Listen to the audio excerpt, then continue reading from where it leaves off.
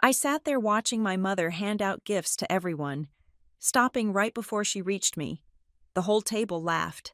Unaware that those presents were purchased with my money, I did not argue or cry. Instead, I went home, opened my banking app, and hit cancel like I was cutting the oxygen to a burning house. 2 weeks later, they stood outside my door, banging on the wood and screaming my name like they were begging. My name is Violet Parker. I am 32 years old, and up until 10 days ago, I was under the impression that blood was thicker than water. I live in Seattle, a city of gray skies and sharp coffee, where I work as a senior strategist for Crescent and Alder Media. It is a job that requires me to be clinical, observant, and detached. I analyze consumer behavior. I look at spreadsheets and tell companies exactly where they are bleeding money and why nobody loves them anymore. It is ironic, really, that I could spot a failing brand strategy from 1,000 miles away, but I could not see the rot in my own family until it was plated up and served to me with a side of overcooked turkey. The notification came 3 weeks ago.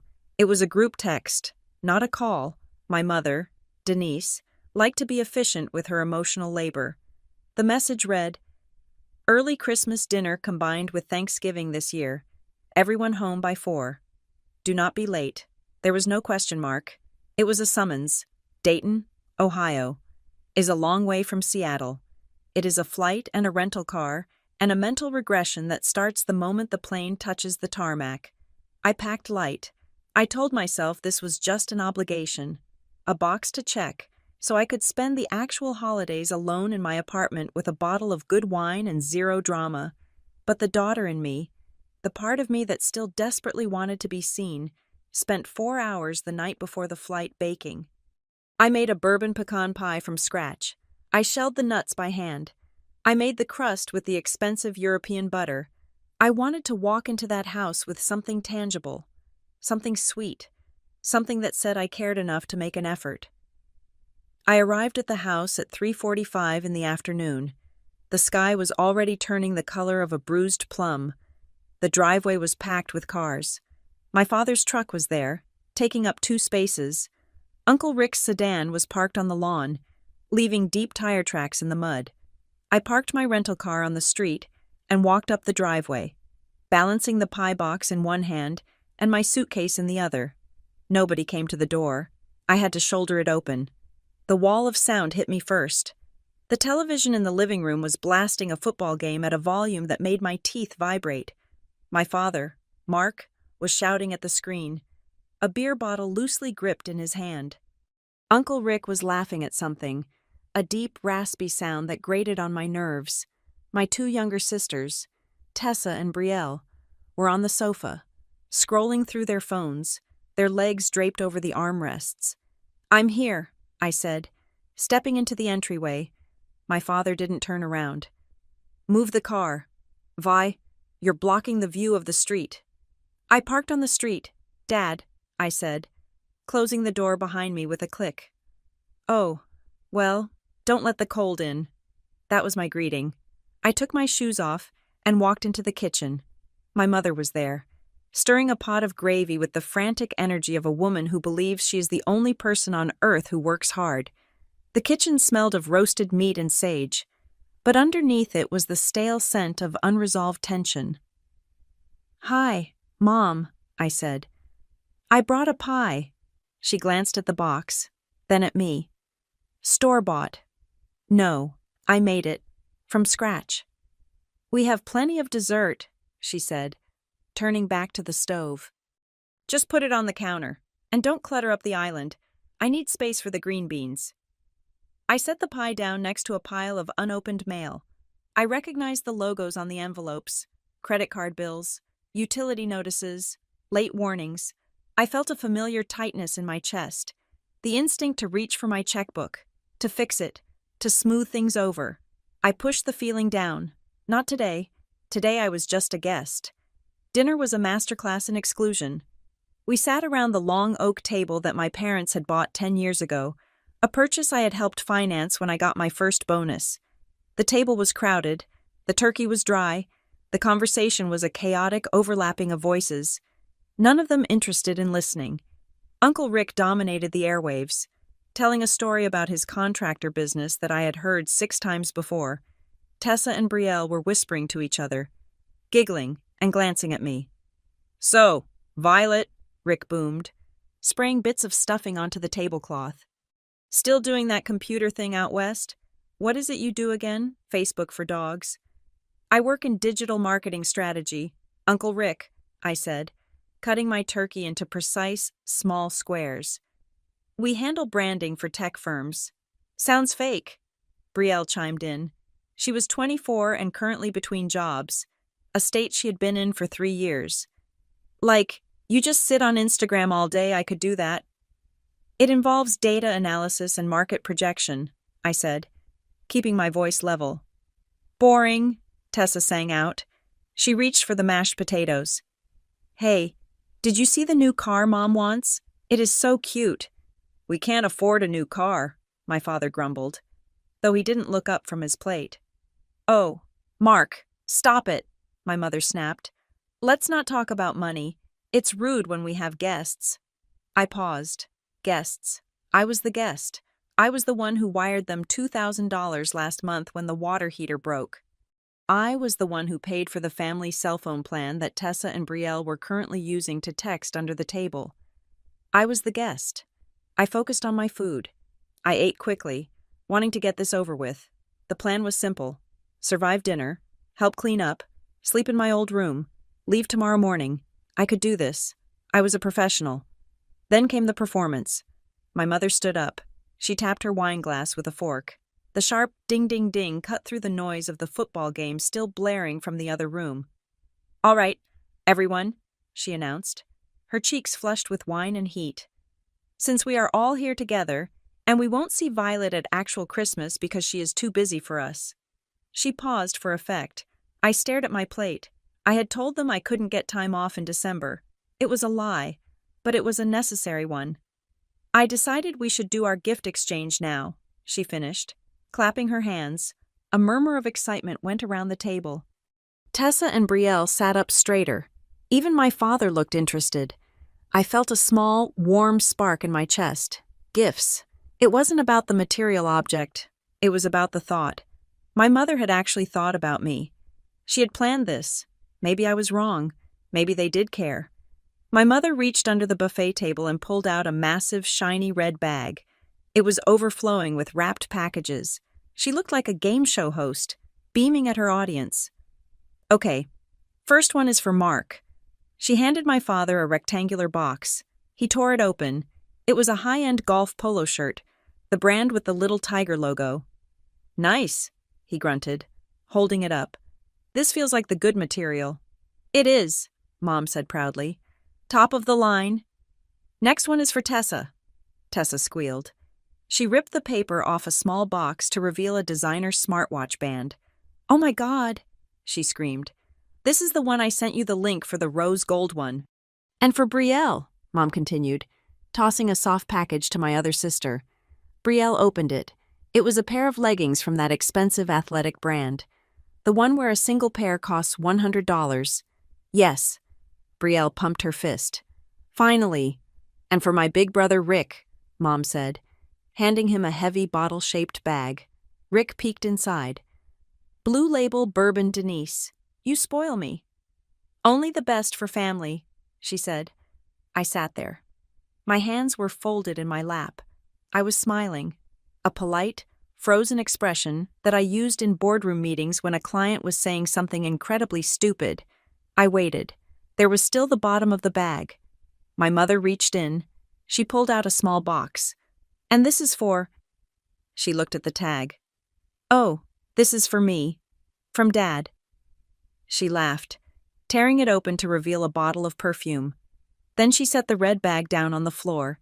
It folded in on itself. It was empty. The room went quiet. Not the silence of peace, but the silence of a vacuum. My father was admiring his shirt. Tessa was already buckling the watch band onto her wrist. Rick was reading the label on his whiskey. They didn't notice, or they didn't care. My heart hammered against my ribs. It was a physical pain, a sharp thudding that echoed in my ears. I looked at my mother. She was spraying the perfume onto her wrist, sniffing it delicately. I cleared my throat. It was a small sound, but in the sudden quiet, it sounded like a gunshot. "Is there?" I started, my voice failing me. I tried again. "Is there anything for me?" My mother looked up. Her eyes were clear, blue, and completely devoid of warmth. She didn't look embarrassed. She didn't look apologetic. She looked annoyed that I had interrupted her moment. "Oh, Violet," she said, waving her hand dismissively. "You're an adult. You have a job. You can buy whatever you want." The logic twisted in my brain. "But Dad has a job. Rick has a job." "It's different," she snapped. "They have expenses. You live the high life out there in the city. Besides," she leaned forward, resting her hands on the table. Her voice dropped an octave, becoming ice cold. "You should be grateful you are even sitting here. We adjusted our entire schedule for you." The air left the room. I looked around the table. I looked at my father. He wouldn't meet my eyes. He was suddenly very interested in a loose thread on his new shirt. I looked at my sisters. Tessa smirked, a quick, nasty twitch of her lips. Then Uncle Rick laughed. "She's got you there, Vi," he chuckled, uncorking his bottle. "Rich girl like you asking for handouts. That's rich." The table erupted. It wasn't a roar, but a ripple of laughter. My father chuckled. Brielle giggled. My mother smiled, a tight, satisfied smile that said she had won a game I didn't even know we were playing. I looked at the gifts scattered on the table. The shirt, the watch band, the leggings, the bourbon.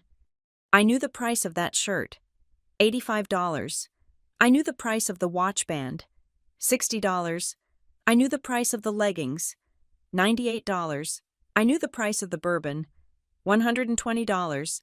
I knew the prices because I paid the credit card bill. The card my mother used for household emergencies was a supplementary card on my account. I had given it to her 5 years ago when Dad got laid off, telling her to use it for groceries and gas. Over the years, the definition of emergency had shifted, but I had never said anything. I just paid the bill every month. I paid it because I wanted them to be happy.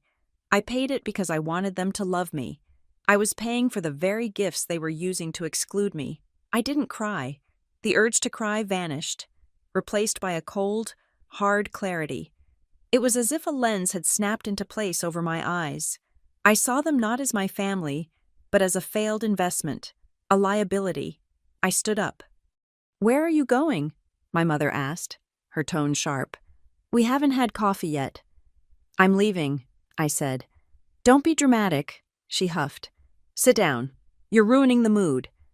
"I'm not being dramatic," I said. My voice was steady. It didn't shake. "I'm just going."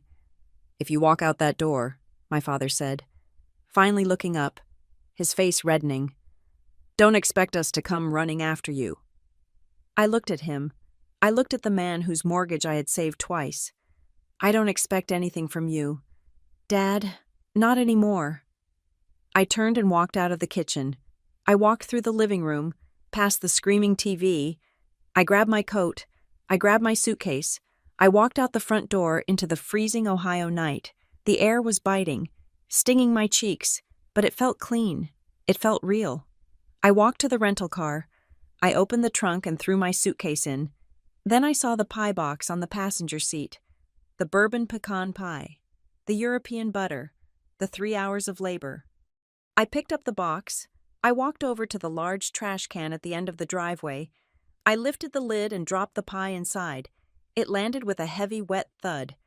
I got into the car. I started the engine. I didn't look back at the house. I didn't look at the warm yellow light spilling from the windows.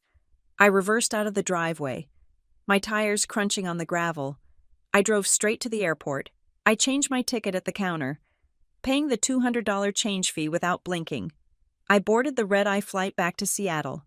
As the plane climbed into the dark sky, leaving Dayton behind in a cluster of fading lights, I stared out the window. I didn't feel sad. I felt light. I felt the way I felt when I finally cut a non-performing asset from a client's portfolio. I didn't need to scream. I didn't need to explain to them why they were cruel. They wouldn't understand. They would just call me sensitive. They would gaslight me until I apologized for being hurt. No. I was done explaining. I leaned my head back against the seat and closed my eyes. I didn't need to get revenge with words. I just needed to stop paying. The flight back to Seattle was a blur of turbulence and pressurized air, but arriving at my apartment felt like stepping into a cryotherapy chamber. It was 3 a.m. Pacific time. My apartment at Harborview Lofts was silent, the kind of expensive, curated silence I paid a premium for. I dropped my suitcase by the door, kicked off my boots, and walked straight to the kitchen. I did not turn on the lights. I just sat down on the cold tile floor, leaning my back against the dishwasher, and stared at the blinking blue light of the microwave clock. My phone was heavy in my hand. The screen was dark, but I knew what was waiting behind the lock code. The family group chat. I could picture it perfectly. They were probably roasting me right now. Uncle Rick would be making jokes about how I was too sensitive, how I could not take a joke, how city life had made me soft. My mother would be playing the martyr, typing long paragraphs about how she tried so hard to make the evening special and how I had ruined it with my attitude. I unlocked the phone. My thumb hovered over the messaging app. I typed out a sentence. "I cannot believe you treated me like that." I stared at the words. Then I backspaced them. I typed another. "The gifts were bought with my money." I deleted that too. I knew exactly what would happen if I sent those. They would screenshot them. They would send them to my aunts and cousins. They would label me Drama Queen Violet. They would say I was hysterical. They would say I was bringing up money because I was petty and transactional. Unlike them, who cared about family, any reaction I gave them would just be fuel for their narrative. I was the villain in their story, and villains are not allowed to have valid feelings. I closed the messaging app and opened my contacts. I scrolled to Kara Whitman. It was late, but Kara was an ER nurse on the graveyard shift, and tonight was her night off. She would be awake. I dialed. She picked up on the second ring. "VI." Her voice was alert. "You are supposed to be in Ohio.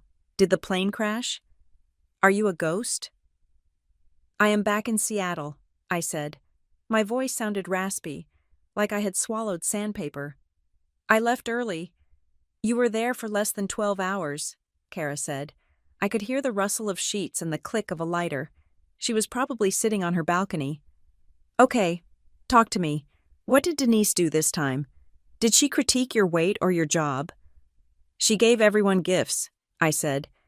"Dad got a shirt, Rick got bourbon, the girls got Lulu gear and tech, Mom got perfume. And you got..." "Nothing," I said.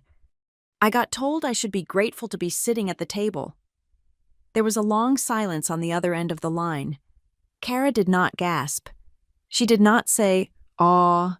Kara was the kind of friend who would help you bury a body and then lecture you on proper lifting mechanics. "Violet," she said, her tone dropping, devoid of any humor. "That is not a family quirk. That is not them being forgetful. That is aggression. That is public humiliation." "I know," I whispered, "but the worst part is not the gifts. It is that I paid for them. I am 90% sure the credit card my mom uses for emergencies is the one she used to buy that stuff." "Okay," Kara said. I heard the sharp inhale of smoke. "We are done crying. We are done being the sad daughter. I want you to open your banking app, right now. Put me on speaker." "I am tired, Kara." "I do not care. Open the app. You need to see the damage. You need to look at the infection before you can cut it out. Do it." I sighed.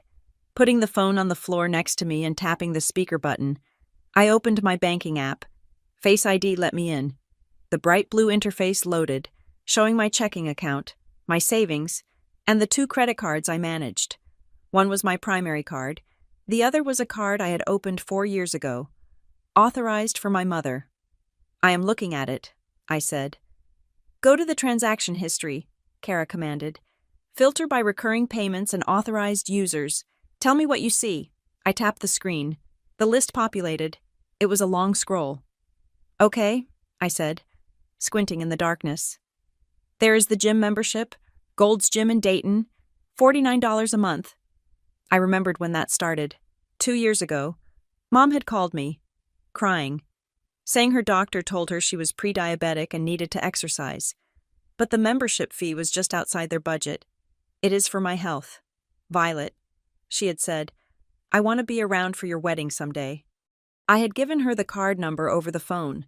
I had not had a boyfriend in 3 years, let alone a wedding plan, but the guilt had worked. "Keep going," Kara said. "Streaming services," I said, scrolling down. "Netflix, Hulu, Disney Plus, HBO Max, Spotify Family Plan. That is about $80 a month total." Flashback to my father. He wanted to watch the playoffs. "Just put it on your card for this month. Vi. I will send you a check when my contractor pays me." That was 3 years ago.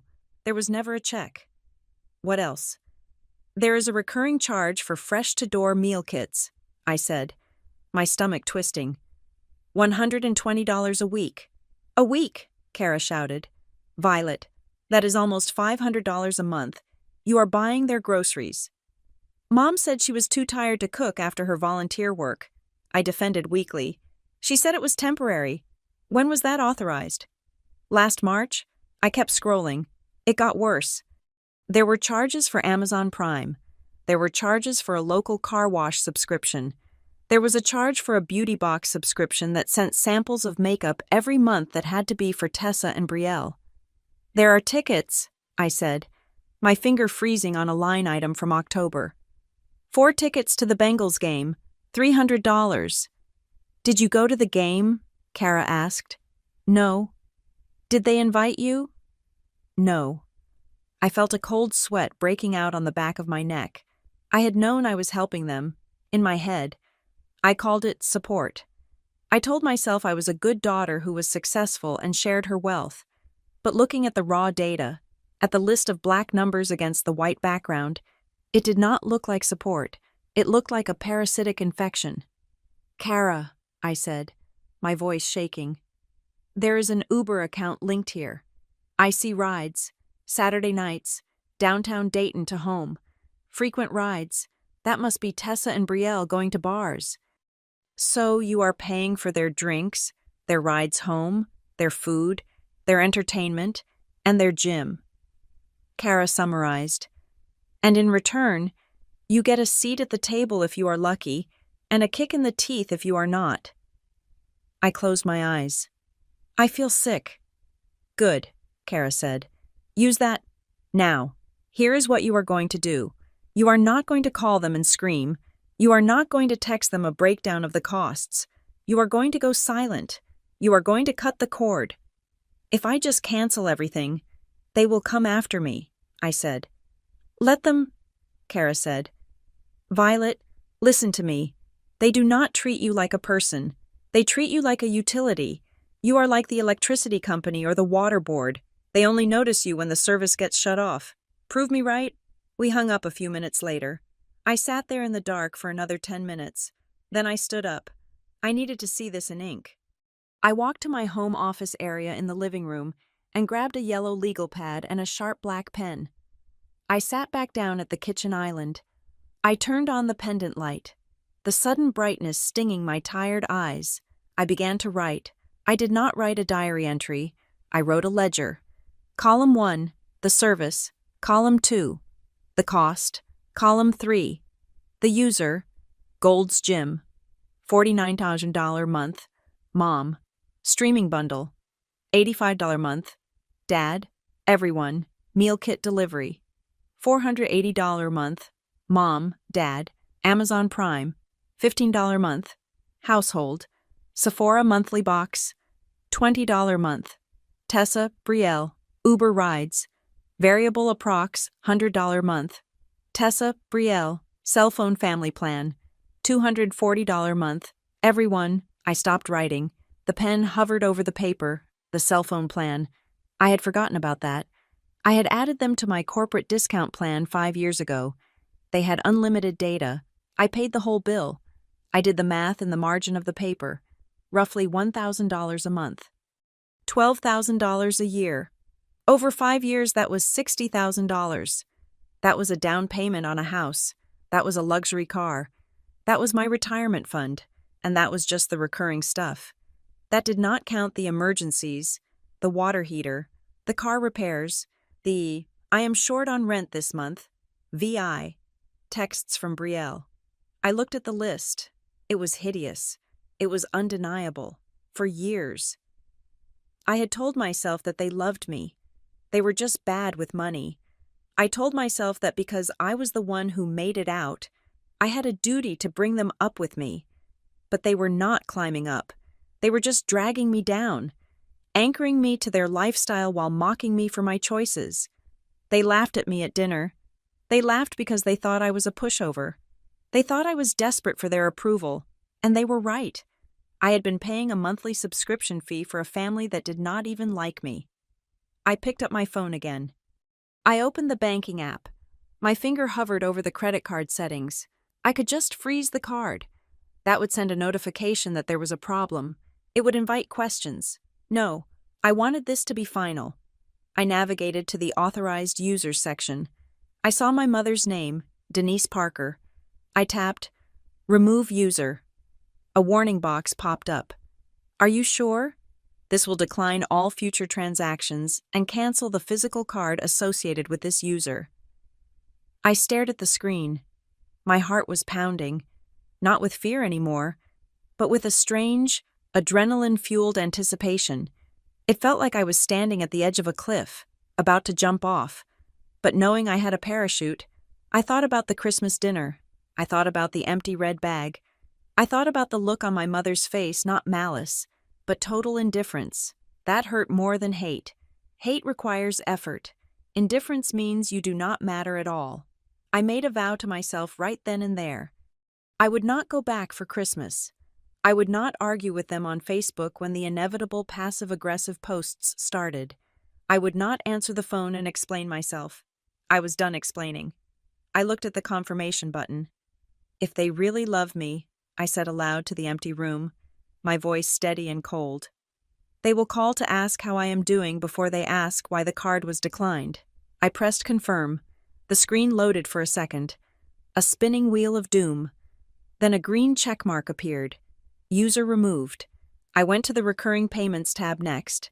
Netflix, cancel, Hulu, cancel, meal kits, cancel, gym, cancel. I went down the list. One by one. I was not angry. I was efficient. I was the senior strategist at Crescent and Alder Media, and I was cutting overhead costs. When I was done, I put the phone down. I took a deep breath. The apartment was still silent, but it felt different now. It felt fortified. I walked to the window and looked out at the Seattle skyline. It was dark, but the city lights were blinking back at me. I was alone. I was thousands of miles away from the people who shared my DNA. For the first time in my life, that distance did not feel like exile. It felt like safety. I checked the time. It was 4 a.m. In Ohio, it was 7. My father would be waking up soon.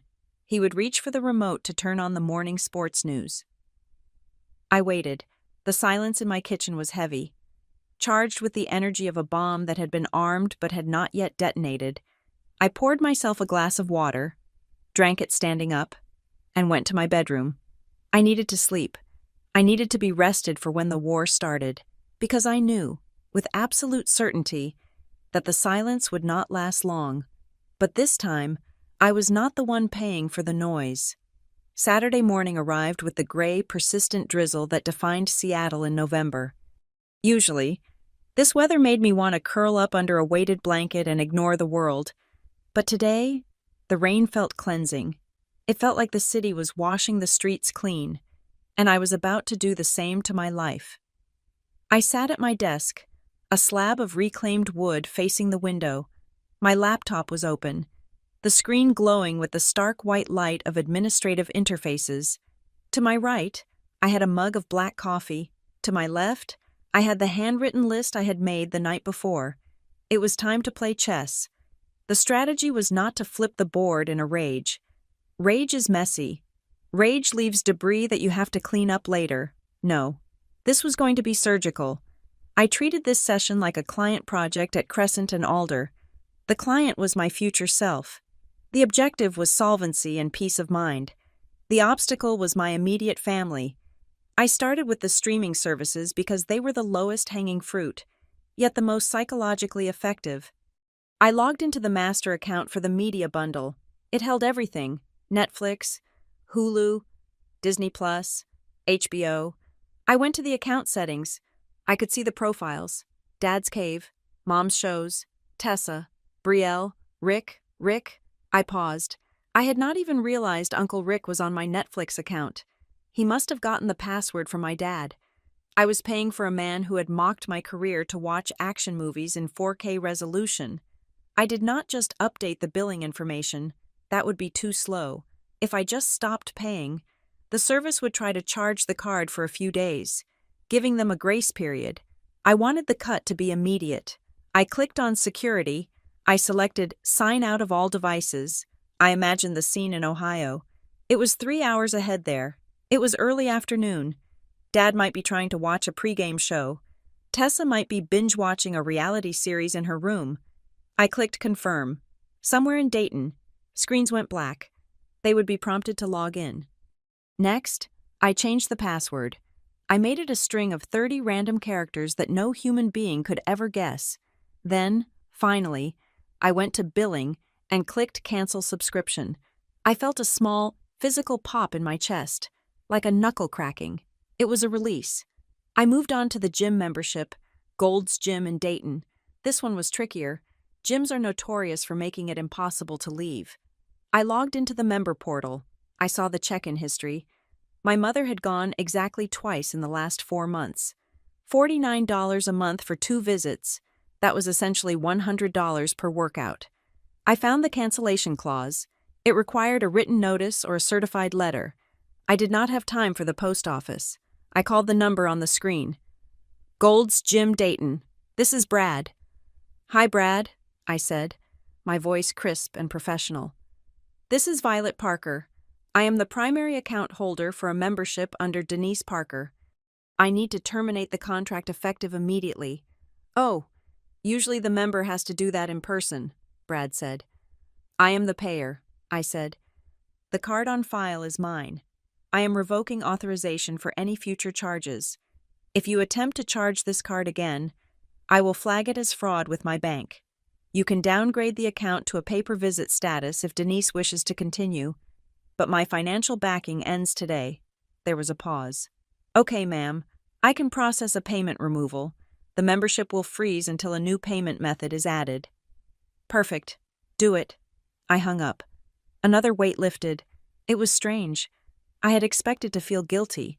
I had spent my entire adult life trained to feel guilty if I did not support them. I thought I would feel like a bad daughter. Instead, I felt like a hiker who had been carrying a backpack full of rocks for a decade and had finally decided to dump it by the side of the trail. I did not hate the rocks. I was just done carrying them. I moved down the list.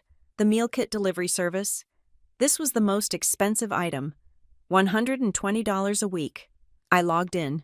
The menu for next week was already selected: steak frites, truffle risotto, salmon with asparagus. They were eating better than I was. I usually ate salads or take out sushi because I was working late to pay for their steak. I clicked Skip Week. Then I clicked Cancel Plan. The site asked for a reason. I typed End of Financial Sponsorship. Amazon Prime. This was the family hub. I went to the Manage Your Household section. I saw the shared wallet. My credit card was set as the default payment method for everyone. I removed my card from the shared wallet. Then, I removed their accounts from the household entirely. They could keep their accounts, but they would lose the Prime shipping benefits and the access to my payment methods. I worked for 2 hours. I was methodical. I did not rush. I checked every setting, every auto-renew toggle. When the digital cleaning was done, I opened a new spreadsheet. I needed to protect myself. My family was excellent at rewriting history. They would claim they never knew. They would claim I did it out of malice. They would claim I promised to pay for a year. I created 3 columns. Date of cancellation, service name, and reason. November 27th, Netflix bundle. Reason: unauthorized sharing with extended family. Lack of gratitude. November 27th, Gold's Gym. Reason: non-usage. Financial boundary. November 27th. HelloFresh. Reason excessive cost. Unacknowledged luxury. I saved the file as The Ledger, XLSX. This was my shield. When they inevitably called me crazy, I would have the data. I leaned back in my chair and looked at the clock. It was noon, in Ohio. The reality was probably starting to set in. The pizza they tried to order on the delivery app would be declined. The movie they tried to rent would ask for a credit card. I began to mentally prepare for the fallout. I knew them. They would not call to ask if I was okay. They would not ask why I left so abruptly or why I threw a pie away. They would ask why the card was not working. I rehearsed my lines. I spoke them out loud to the empty apartment to test how they sounded. Why is the Netflix off? I am not paying for it anymore. How are we supposed to get groceries? You will have to use your own money. You are being selfish. I am being an adult. I needed to be a broken record. No emotion, no defending, no explaining. Explaining is losing. When you explain, you are validating their right to judge your decision. I was not asking for permission. I was informing them of a change in policy. I also had to think about physical security. It sounded paranoid, but I had seen my father when he was angry. I had seen Uncle Rick when he felt entitled. Seattle was a long flight, but if they felt their livelihood was threatened, they might show up. I logged into my building's resident portal. I updated my guest list. No authorized guests. I wrote a note in the comments section for the concierge. Please do not allow anyone claiming to be family up to my unit without calling me first. No exceptions. I felt a chill as I typed that. It was tragic that I had to treat my parents like potential intruders, like stalkers. But looking at the sum total of money I had saved just this morning, nearly $1,500 a month, I realized they were not just family. They were a business liability. Then, I decided to do one last sweep. I pulled up my full credit report. Kara had told me to be thorough. I wanted to make sure there were no old accounts I had forgotten about. I scrolled through the Equifax report.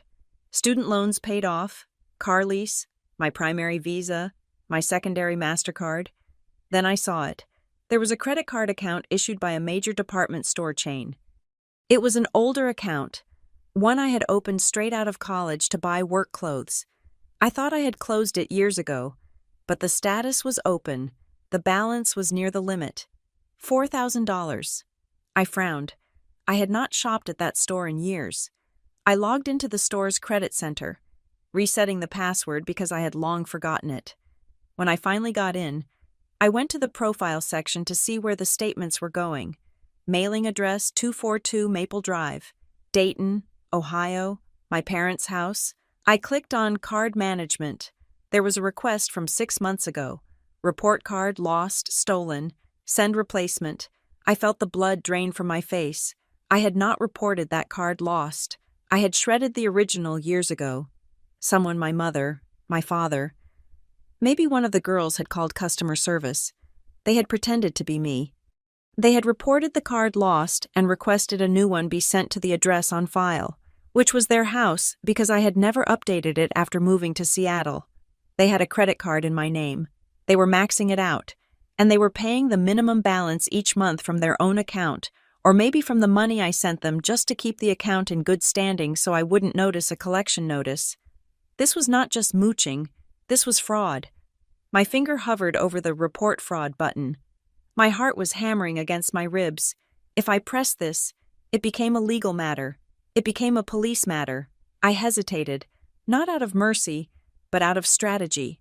If I cut this off now, they would know I knew. They would panic. They might destroy the physical card. They might claim it was a mistake, a misunderstanding. I needed more proof. I took a screenshot of the send replacement request. I took screenshots of the transaction history, clothes, housewares, even a set of tires. I downloaded the last 12 statements. I did not close the account. Not yet. I left it open as a trap. I wanted to see what they would do when the other streams of income dried up. Would they lean harder on this card? Would they make a mistake? I saved the screenshots into a new folder on my desktop labeled Evidence. I picked up my phone and called Kara. "It is done," I said when she answered. "Everything," she asked. "Everything," I said. Streaming, gym, food, Amazon. I cut it all. And Kara, I found something else. A department store card. They reactivated it in my name. They have it in Ohio. Holy hell, Kara breathed. Violet, you have to call the police. Not yet, I said, my voice cold. I surprised myself with how calm I sounded. I have the records. I am letting them keep it for a few more days. I want to see if they try to use it when the other cards fail. I want them to dig the hole so deep they can never climb out. You are scary, Kara said. I like it. I am giving them a timeline, I said, looking out the window at the rain. I am giving them exactly 2 weeks to figure out how to survive on their own. If they can act like decent human beings, maybe we talk. If they try to steal from me again. I let the sentence hang in the air. If they try to steal from me again, I finished, I won't just cancel their Netflix, I will cancel their freedom. The silence I had cultivated over the weekend lasted exactly 48 hours. It broke on Monday morning at 10 o'clock. I was in a strategy meeting at Crescent and Alder, projecting a slide deck about consumer retention for a coffee chain. When my phone vibrated against the mahogany table, it buzzed once, twice, then a third time, an angry, persistent rhythm that drew the eyes of my creative director. I flipped the phone over, Mom calling. I ignored it. 5 minutes later, it buzzed again. Then a text message flashed on the lock screen. Emergency. Pick up. I felt a spike of adrenaline, the old instinct to panic, to assume someone was in the hospital. I excused myself from the meeting. Stepping out into the cool, glass-walled corridor, I took a breath, steeling myself, and accepted the call. Is everyone okay? I asked. I am standing at the front desk of Gold's Gym. My mother's voice hissed in my ear. She was whispering, but the rage was loud enough to crack the speaker. There is a line of 3 people behind me. The girl at the counter just told me my card was declined. She said the account is terminated. I leaned against the glass wall, looking out at the rainy Seattle street. It was not a medical emergency. It was a financial one. I know, I said. I canceled it. There was a pause on the other end, a vacuum of shock. You what? I canceled the membership, I repeated, keeping my voice low and flat. I removed my credit card from the account on Saturday. Why would you do that without telling me? Her voice rose, forgetting the people in line behind her. Do you have any idea how embarrassing this is? I have my yoga mat in my hand. Violet, I am wearing my gear. I am cutting back on expenses, I said. You are welcome to sign up again with your own card. It is $49 a month. My own card. She sounded like I had suggested she pay with her own blood. Violet, you know we are tight right now until Dad's next contract comes through, and this is for my health. The doctor said I need this. My back has been acting up. You know I have those spasms. Are you saying you want me to be in pain? It was a classic maneuver. The pivot from aggression to victimhood took less than 10 seconds. She was weaponizing her health to bypass my logic.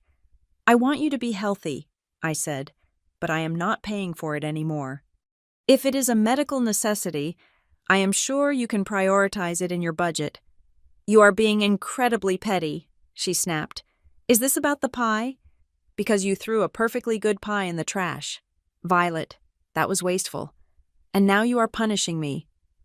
I have to go back to work. Mom, I said. Put it on your card or go home. Violet, do not hang up on... I ended the call. My hand was shaking slightly. Not from fear, but from the sheer effort of holding the line. I turned my phone to silent mode and went back into the conference room. The second wave hit at lunch. This time it was my father. He did not text first. He called 3 times in a row until I answered, stepping into the break room where the espresso machine hissed loudly. Fix it, he said. No hello, no preamble. Hello to you too, Dad, I said, pouring almond milk into my coffee. Don't get smart with me. I'm trying to watch the game highlights, and the screen says, Update Payment Method. Rick is coming over tonight to watch the fight. I need this working. Put the card back on. It was the tone that got to me. It was the voice of a manager speaking to an incompetent intern. He did not ask why. He did not ask if I was having financial trouble. He assumed it was a glitch, or a mistake I had made that I needed to rectify immediately to serve his needs. "I cannot do that," I said. "What do you mean, you can't? Did you max out the card I told your mother not to go crazy at the outlet mall?" "The card is fine," I said. "I removed the payment method because I'm not paying for your streaming services anymore. You have 4 different subscriptions. Dad, it is $85 a month. I canceled them all." "You canceled the sports package." His voice dropped, dangerous and low. "Violet, I have been watching that channel for 3 years. Then you should know how much it costs," I countered. "You can log in and add your own Visa. It takes 2 minutes." "I am not adding my Visa to the internet," he shouted. "That is how you get hacked. You work in tech. You handle the security risk. That is why we use your card." The logic was so twisted it was almost impressive. He wanted to protect his money from hackers, so he used mine. "I am not fixing it. Dad, I am just stopping payment. You are going to have to figure it out." "You are being a brat," he spat. "You think because you have a fancy job in the city, you can look down on us. You think you can just cut us off like we are employees. We are your family." "If we are family," I said, my voice tightening, "then why do I feel like an ATM?"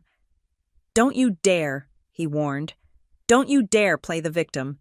We sacrificed everything for you. We paid for your braces. We paid for your driving lessons. And I have paid you back," I said. 10 times over. "Goodbye, Dad." I hung up. I blocked his number for the rest of the workday. I needed to focus. But the silence I bought with the block button was short-lived. By the time I got home that evening, the family group chat, which I had muted but not left, was a war zone. There were 42 unread messages. I sat on my sofa, a glass of wine in hand, and scrolled through the carnage. Uncle Rick. "Just heard the news. Pretty cold move. Vi, your dad was really looking forward to the fight tonight." Mom. "It is not about the money. It is about the principle. Family helps family. We do not keep score, Dad." "She has forgotten where she came from. Seattle changed her. Brielle." "Wait, does this mean the Uber account is dead too? I have a thing on Friday." Mom. "Yes. Brielle, your sister has decided she is too good to help us out. Tessa. LOL. Imagine making 6 figures and crying over a Netflix bill. Embarrassing." Mom. "I just don't understand what I did wrong. I cooked her dinner. I gave her a place to sit. And this is the thanks I get. Disrespect." They were feeding off each other, building a feedback loop of validation in their version of reality. I had not set a boundary. I had launched an unprovoked attack. They were the injured party. They were the saints who had endured the ungrateful child. I watched the bubbles float to the top of my wine glass. I did not type a response. Anything I said would be twisted. If I said, "I spent $5,000 on you this year," they would say, "You think you can buy love." If I said, "You hurt me at dinner," they would say, "You are too sensitive." The only winning move was not to play. Then came the public shaming. My phone buzzed with a message from Kara. It was a screenshot. "Check Instagram." Kara wrote, "Tessa is busy." I opened the image. It was a screenshot of Tessa's Instagram story. It was a black and white selfie of her looking out a window, looking tragic and pensive. The text overlaid on the image in a delicate white font read, "It hurts when you realize some people value money more than their own blood. You can have all the success in the world, but if you have a cold heart, you have nothing. Family first, fake people sad." She had not tagged me. She did not have to. Everyone in our extended circle, cousins, aunts, old high school friends would see it. They would know who the successful one in the family was. They would connect the dots. I felt a flash of heat in my face. It was humiliated rage. She was using my money to pay for the data plan she was using to trash me. I called Kara. "She posted that 20 minutes ago," Kara said immediately. And Brielle commented, "Stay strong, sis," with a heart emoji. They are rewriting the narrative, I said, pacing my living room. They are making me the villain before I can even tell anyone what happened. Of course they are, Kara said. They are terrified. Vi. They are not just scared of losing the streaming services. They are scared of losing the image. If people find out they are broke and living off their daughter, the perfect family facade crumbles. So they have to make you the bad guy. If you are the bad guy, then your money is dirty, and they are righteous for struggling. It makes me want to scream, I said. I want to post the spreadsheet. I want to post the bank statements. Don't, Kara advised. That looks manic. That looks defensive. You are playing the long game. Let them talk. The truth has a way of coming out when the checks bounce. I knew she was right, but it burned.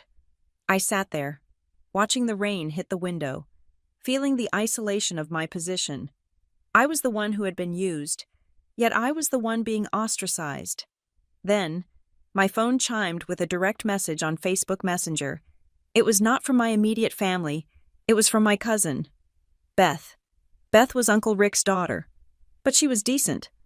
We rarely spoke, but we exchanged Christmas cards. I opened the message, expecting another lecture or a flying monkey sent by my mother to guilt me.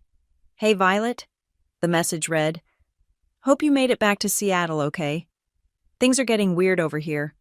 Your mom is crying in the kitchen telling Aunt Sarah how cruel you are. I sighed, typing back, I am sorry you have to hear that. Beth, it is complicated. Beth typed for a long time. 3 dancing dots appeared, then vanished, then appeared again. I just wanted to ask you something. She finally sent, because it is not adding up. What is it, I asked. Your mom is telling everyone you cut her off out of nowhere.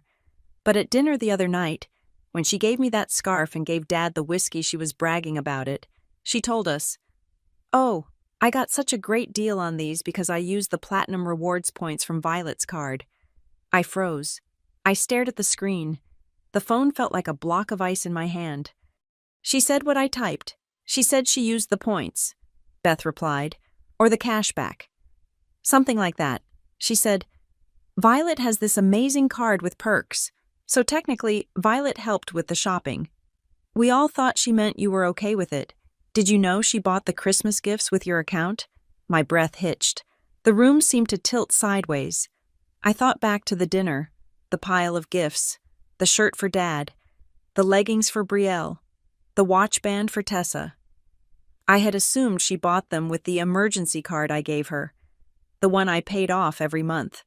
That was bad enough using my money to buy gifts for everyone but me. But perks, rewards points. The emergency card I gave her was a basic cashback card. It did not have platinum perks. There was only one card I had that had high-tier rewards points.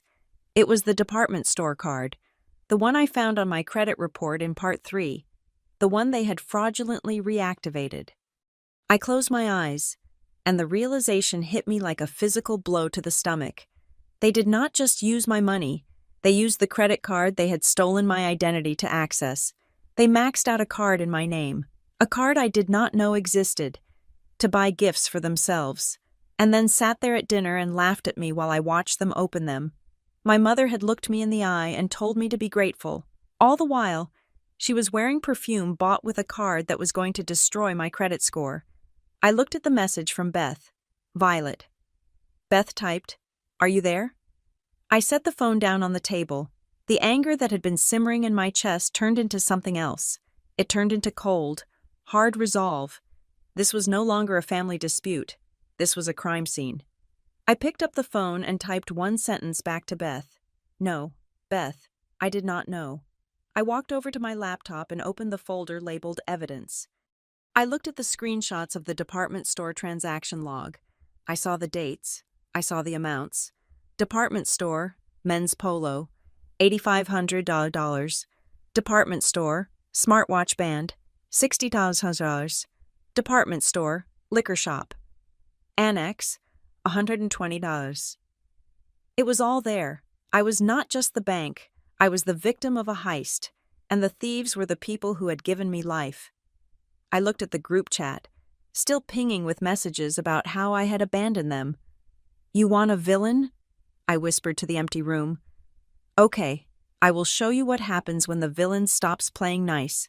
The rain in Seattle had turned into a relentless, rhythmic drumming against the glass of my living room window, a sound that usually helped me sleep.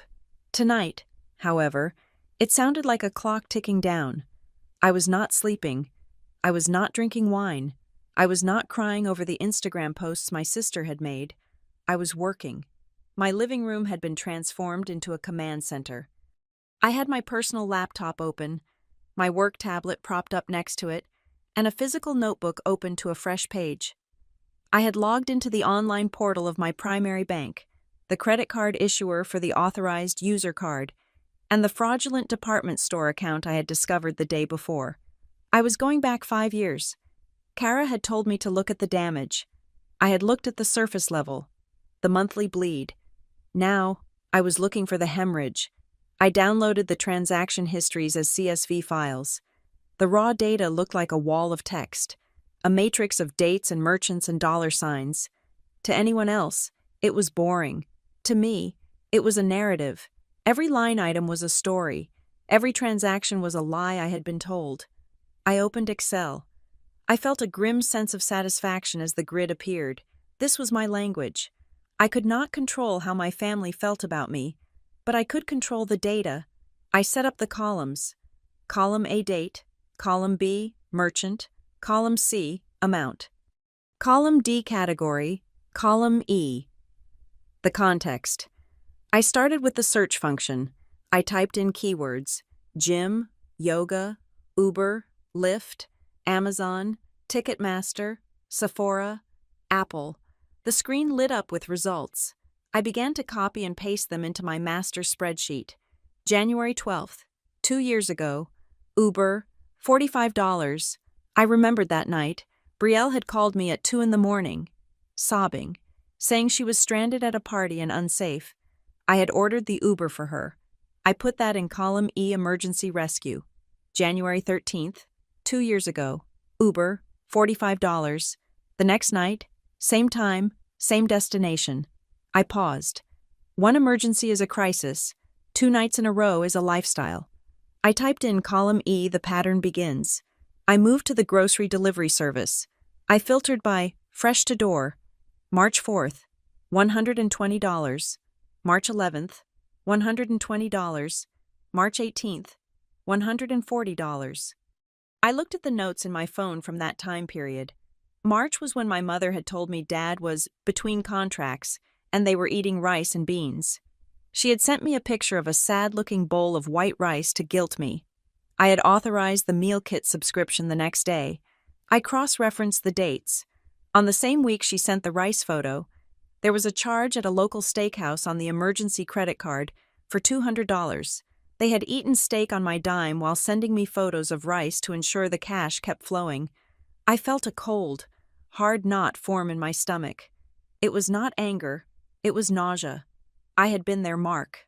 I was not their daughter. I was their long con. I kept working. My fingers flew across the keyboard.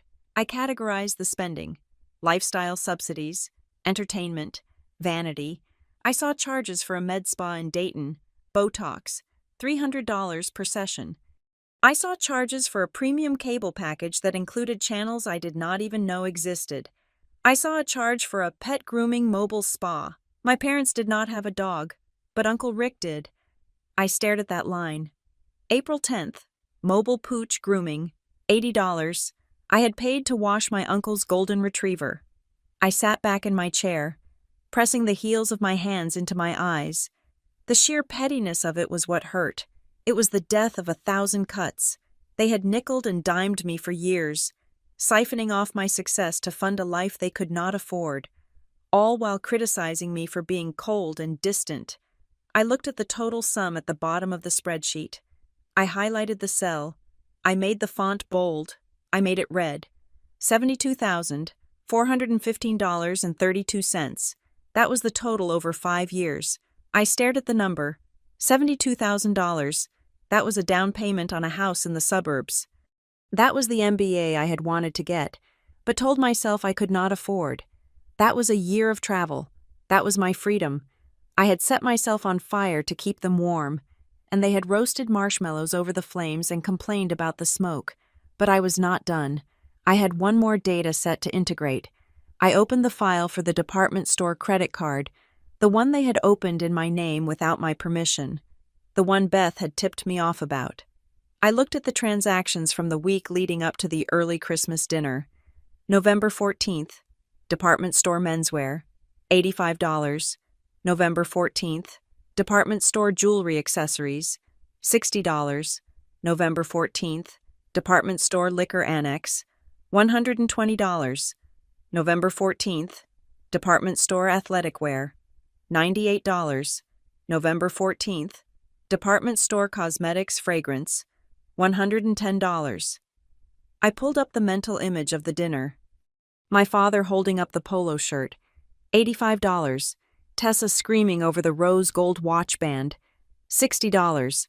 Rick uncorking the Blue Label bourbon, $120.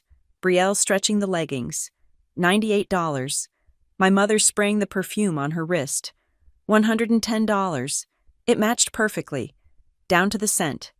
I sat there, frozen. The humiliation washed over me, hot and suffocating. They had not just used my money, they had used a stolen card in my name to buy gifts for themselves, wrapped them up, and performed a ceremony of giving in front of me, while leaving me out. My mother had handed my father a shirt bought with my credit, and he had thanked her. She had handed Rick a bottle of whiskey bought with my credit, and he had toasted her.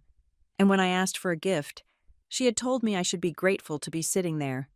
I was paying for the stage, the lights, the actors, and the props for a play written specifically to exclude me. I laughed. It was a dry cracking sound in the empty apartment. It was the most insane thing I had ever discovered. It was a level of psychological warfare I did not know my mother was capable of. I needed to end this, not with a scream, but with a receipt. I opened my email client. I composed a new message to Denise Parker, Mark Parker, Tessa Parker, Brielle Parker, CC, Rick Parker, subject regarding gratitude. I did not write a long, emotional letter. I did not tell them they broke my heart. They did not care about my heart. They cared about their narrative. I was going to destroy the narrative. I wrote, since we are all talking about the meaning of family and who sacrifices for whom, I thought it would be helpful to have all the facts on the table. Attached is a breakdown of the expenses I have covered for this family over the last 5 years. The total is $72,415. This includes the groceries you ate, the gyms you didn't go to, the cars you drove, and the entertainment you watched. Also attached is the transaction log from the department store credit card ending in 4022. This is the card open in my name that I did not authorize. As you can see, the dates and amounts correspond exactly to the Christmas gifts Mom gave everyone at dinner last week. I bought the shirt, I bought the watch band, I bought the leggings, I bought the whiskey, and I bought the perfume. You told me I should be grateful to have a seat at the table. Looking at these numbers, I think the question we should be asking is, who is actually taking care of whom? I am not asking for the money back. I know you do not have it. I am asking you to stop lying about me. Violet. I attached the spreadsheet. I attached the screenshots of the stolen card transactions. I hovered over the send button. My heart was pounding against my ribs like a trapped bird. This was the nuclear option. Once I sent this, there was no going back to the polite fiction of a happy family. This was burning the bridge while I was still standing on it. I clicked send. The whoosh sound of the email leaving my outbox seemed deafening. I waited. It took 11 minutes. My phone lit up. It was a notification from Facebook. Denise Parker has commented on your photo. I did not look at it. Then a text came through from my mother. I cannot believe you. I truly cannot believe you. I stared at the screen. That was it. No denial, no apology. Another text followed. Rapid fire. You put a price tag on love. You made a spreadsheet. That is sick. Violet. Only a sick, cold person sits down and counts every penny they spent on their family. We are your parents. We gave you life. You owe us everything, and you send me an Excel file. She was pivoting. She was attacking the method to ignore the truth. She was making my accounting the sin, rather than her theft, and accusing me of stealing. The next text read, "I told you about that card. You forgot. You are so busy with your big city life. You forgot I told you I needed it for Christmas shopping. You are twisting everything to make yourself look like a victim. Gaslighting. Pure, unadulterated gaslighting. You are ungrateful." She wrote, "You are toxic. I am done. Do not contact us until you are ready to apologize for this insult." Then, silence. I checked Facebook. My mother had blocked me. I checked Instagram. Blocked. I checked my father's profile. Blocked. Tessa and Brielle. Blocked. They had walled themselves off. They had taken the evidence I sent them and used it as the mortar to build a fortress where they were the victims and I was the obsessive, greedy monster. I sat back, feeling a strange mixture of grief and relief. It was over. They had fired me from the position of family savior. I closed my laptop. I was done for the night. I needed to sleep. I needed to wake up tomorrow and start living a life that did not cost me $72,000 in guilt money. I picked up my phone to set the alarm. A new email notification popped up at the top of the screen. It was not from my family. It was from a bank. Not my usual bank. A national bank I had never done business with. Subject: Action required. Unusual activity. Detected on your loan application. I frowned. I tapped the email open. Dear Violet Parker, we are writing to verify some information regarding the home equity line of credit application currently in process under your name.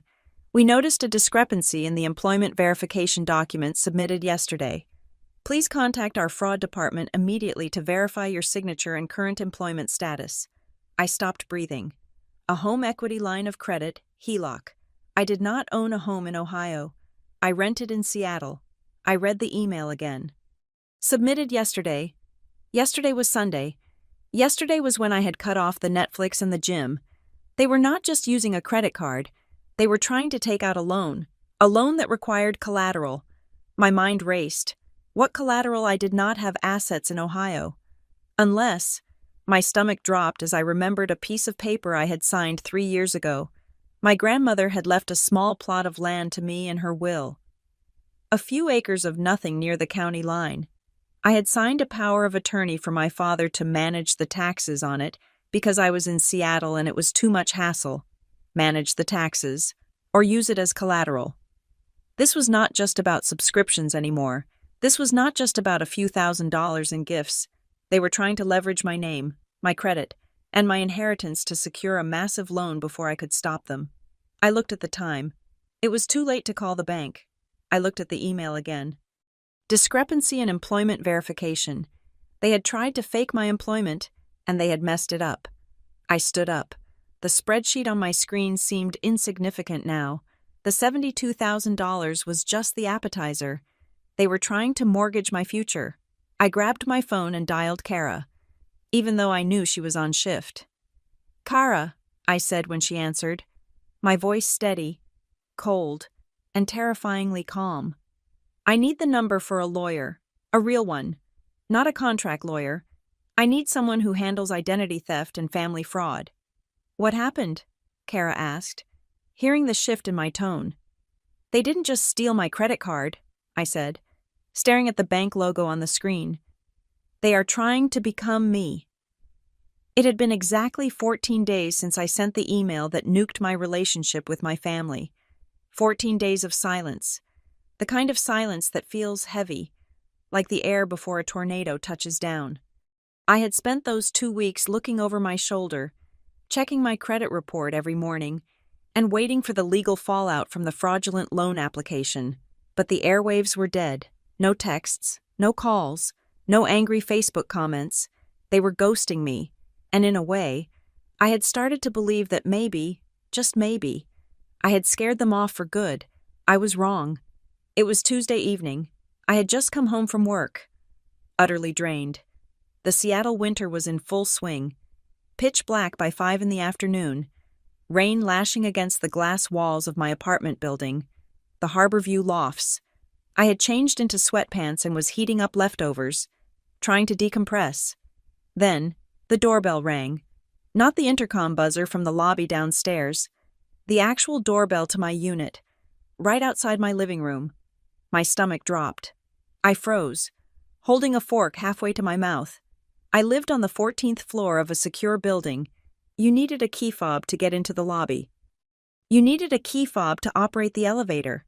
The only way someone could be at my door was if they had tailgated a resident through the main entrance and then slipped into the elevator with someone else. I set the fork down. My hands started to tremble. It was a visceral reaction, a childhood reflex of fear that I could not control. I walked to the door on silent feet. I pressed my eye to the peephole. The fisheye lens distorted the image, curving the hallway walls. But there was no mistaking the two figures standing on my welcome mat. My mother and father. They looked like they were dressed for a catalog photo shoot. My mother was wearing her camel-colored wool coat, her hair perfectly coiffed. My father was in his Sunday best, a collared shirt under a sweater. But the thing that made my breath hitch was what my mother was holding. She was clutching a large, glossy red gift bag. It was identical to the one she had used at the dinner in Ohio, the one that had been empty. The doorbell rang again. Ding-dong. It sounded cheerful, aggressive, and terrifying all at once. "Violet?" My mother's voice came through the wood. It was her company voice, high, sweet, and performative. "Violet? Honey? Are you in there?" We saw the light under the door. I backed away from the peephole. I did not unlock the deadbolt. I did not disengage the chain. "Violet, open up," she cooed. "It is Mom and Dad. We flew all the way here to surprise you." I took a deep breath. I needed to be the person who wrote the spreadsheet, not the child who craved approval. "I am not opening the door," I said. My voice sounded strange to my own ears, loud, flat, and shaking slightly. There was a pause on the other side. I could hear them whispering. "Don't be silly," my mother said, her voice pressing closer to the seam of the door. "We have been traveling for 4 hours. We are tired. Let us in. I brought you a present." A present. The audacity was so sharp it almost made me laugh. After stealing my identity, after trying to mortgage a property behind my back, she thought a gift bag would reset the board. "I do not want the present," I said. "And I did not invite you. You need to leave." "Violet Parker," my father's voice boomed. It was the voice he used when I was 16 and had missed curfew. It was a command that expected immediate compliance. "Unlock this door, right now. This is ridiculous." "No," I said. "We need to talk," he said. "Face to face, like adults. None of this email nonsense. Open the door." "We can talk through a lawyer," I said, leaning my back against the door frame for support. "I told you in the email, no contact, unless it is through legal channels." "Lawyer." My mother's voice cracked. The sweetness was evaporating, replaced by the screechy edge of panic. "You are going to sue your own parents over money after everything we did for you." "It is not just money," I said. "It is fraud. You tried to take out a loan in my name." "That was for the family," she shouted. The volume was rising. I knew my neighbors could hear. The walls were thick, but not that thick. Mrs. Gable in 14B was probably listening right now. "We were going to lose the house, Violet. We needed a bridge loan until Dad got paid. We were going to pay it back. We just needed your signature to make the underwriters happy. Why are you being so selfish?" "You forged my employment documents," I said. "That is a felony." "Oh, stop using big words," she scoffed. "Open the door. Look, I have a gift. A real one this time. I bought it with my own money. Cash. See?" I heard the rustle of the bag. She was holding it up to the peephole, as if I were looking. "I don't care," I said. "Why are you doing this?" she wailed. She was crying now, or pretending to. "I flew across the country. I am your mother. I just want to hug you. I just want to fix this before Christmas." "You want to fix the loan application," I said. "You need me to sign the papers because the bank flagged them. That is why you are here." Silence. "That is not true." My father lied. His voice was tight. "We are here because we love you." "Then leave," I said. "If you love me, respect my boundary, go to a hotel, call my lawyer tomorrow." "We are not going to a hotel," my mother snapped. The mask was fully off now. "Hotels in this city are $300 a night. We are staying with you. You have a guest room. I saw it on your Facebook photos." "No," I said. "Violet?" She pounded on the door with the flat of her hand. Thud, thud, thud. "Open this door. I am your mother. You are humiliating us." "You are humiliating yourselves," I said. Then came the twist. The sentence that severed the last thread of guilt I was holding on to. My mother stopped pounding. She lowered her voice, speaking right into the crack of the door, intimate and venomous. "I know what this is," she hissed. "I brought the gift because I know what you are doing. You were jealous at the dinner, weren't you? You threw a fit because I gave gifts to everyone else. You wanted to be the center of attention. Well, here you go. Violet, I am standing at your door. I am begging you. You have all the attention now. Are you happy? Is this enough for you?" I stood there, stunned. She truly did not understand. She thought my reaction to financial abuse and identity theft was just a cry for attention. She thought I was acting out because I felt left out of the party, not because she had committed a crime against me. She reduced my survival instinct to a tantrum. Something inside me hardened into stone. I looked at my watch. "I am giving you 10 minutes, I said. My voice was no longer shaking. It was ice. "What?" she asked. "I am giving you 10 minutes to get out of this hallway and out of this building," I said. "If you are still here in 10 minutes, I am calling the building security and the Seattle Police Department. I will have you escorted off the property for trespassing and harassment." "You wouldn't," my father challenged. "You wouldn't call the cops on your own father." "I filed a police report for identity theft last week," I said. "Do not test me on this. You have 9 minutes. "Violet!" my mother screamed. She kicked the door. The sound echoed down the hallway. "Ungrateful, spiteful, I gave birth to you." 8 minutes, I said. I walked away from the door. I went to the kitchen island and picked up my phone. I dialed the number for the front desk, my thumb hovering over the call button.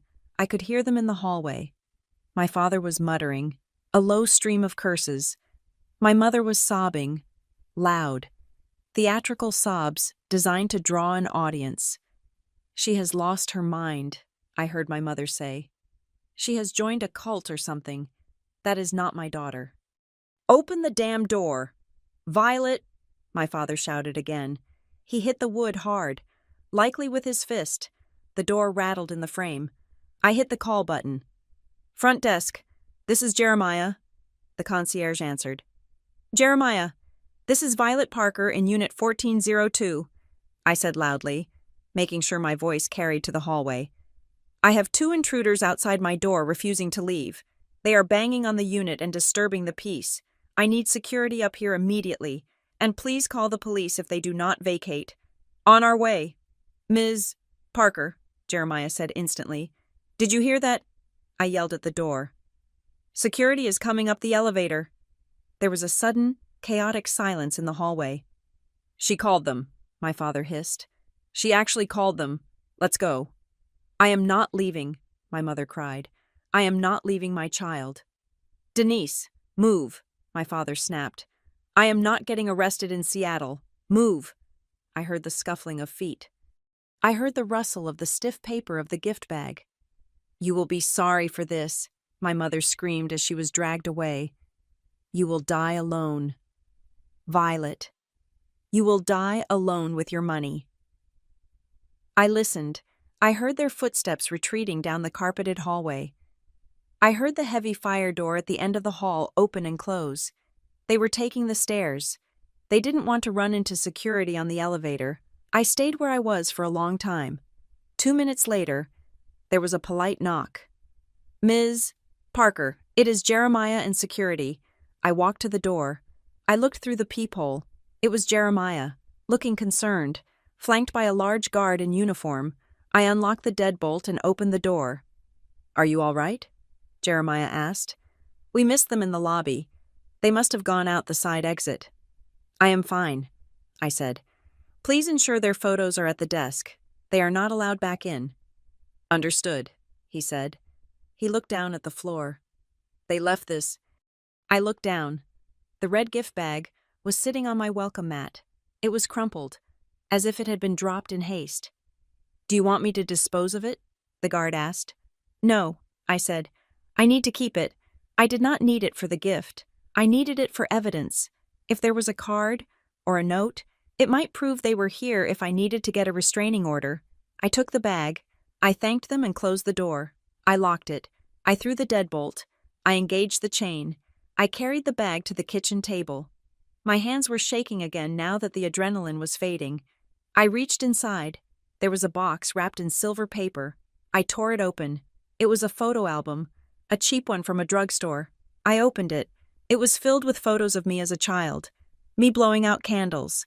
Me graduating kindergarten. Me and my mom at the zoo. And tucked into the front cover was a note. We returned the polo shirt and the bourbon to get cash to make this album for you. We just wanted you to remember that we used to be a family. Please sign the papers. Violet, we are drowning.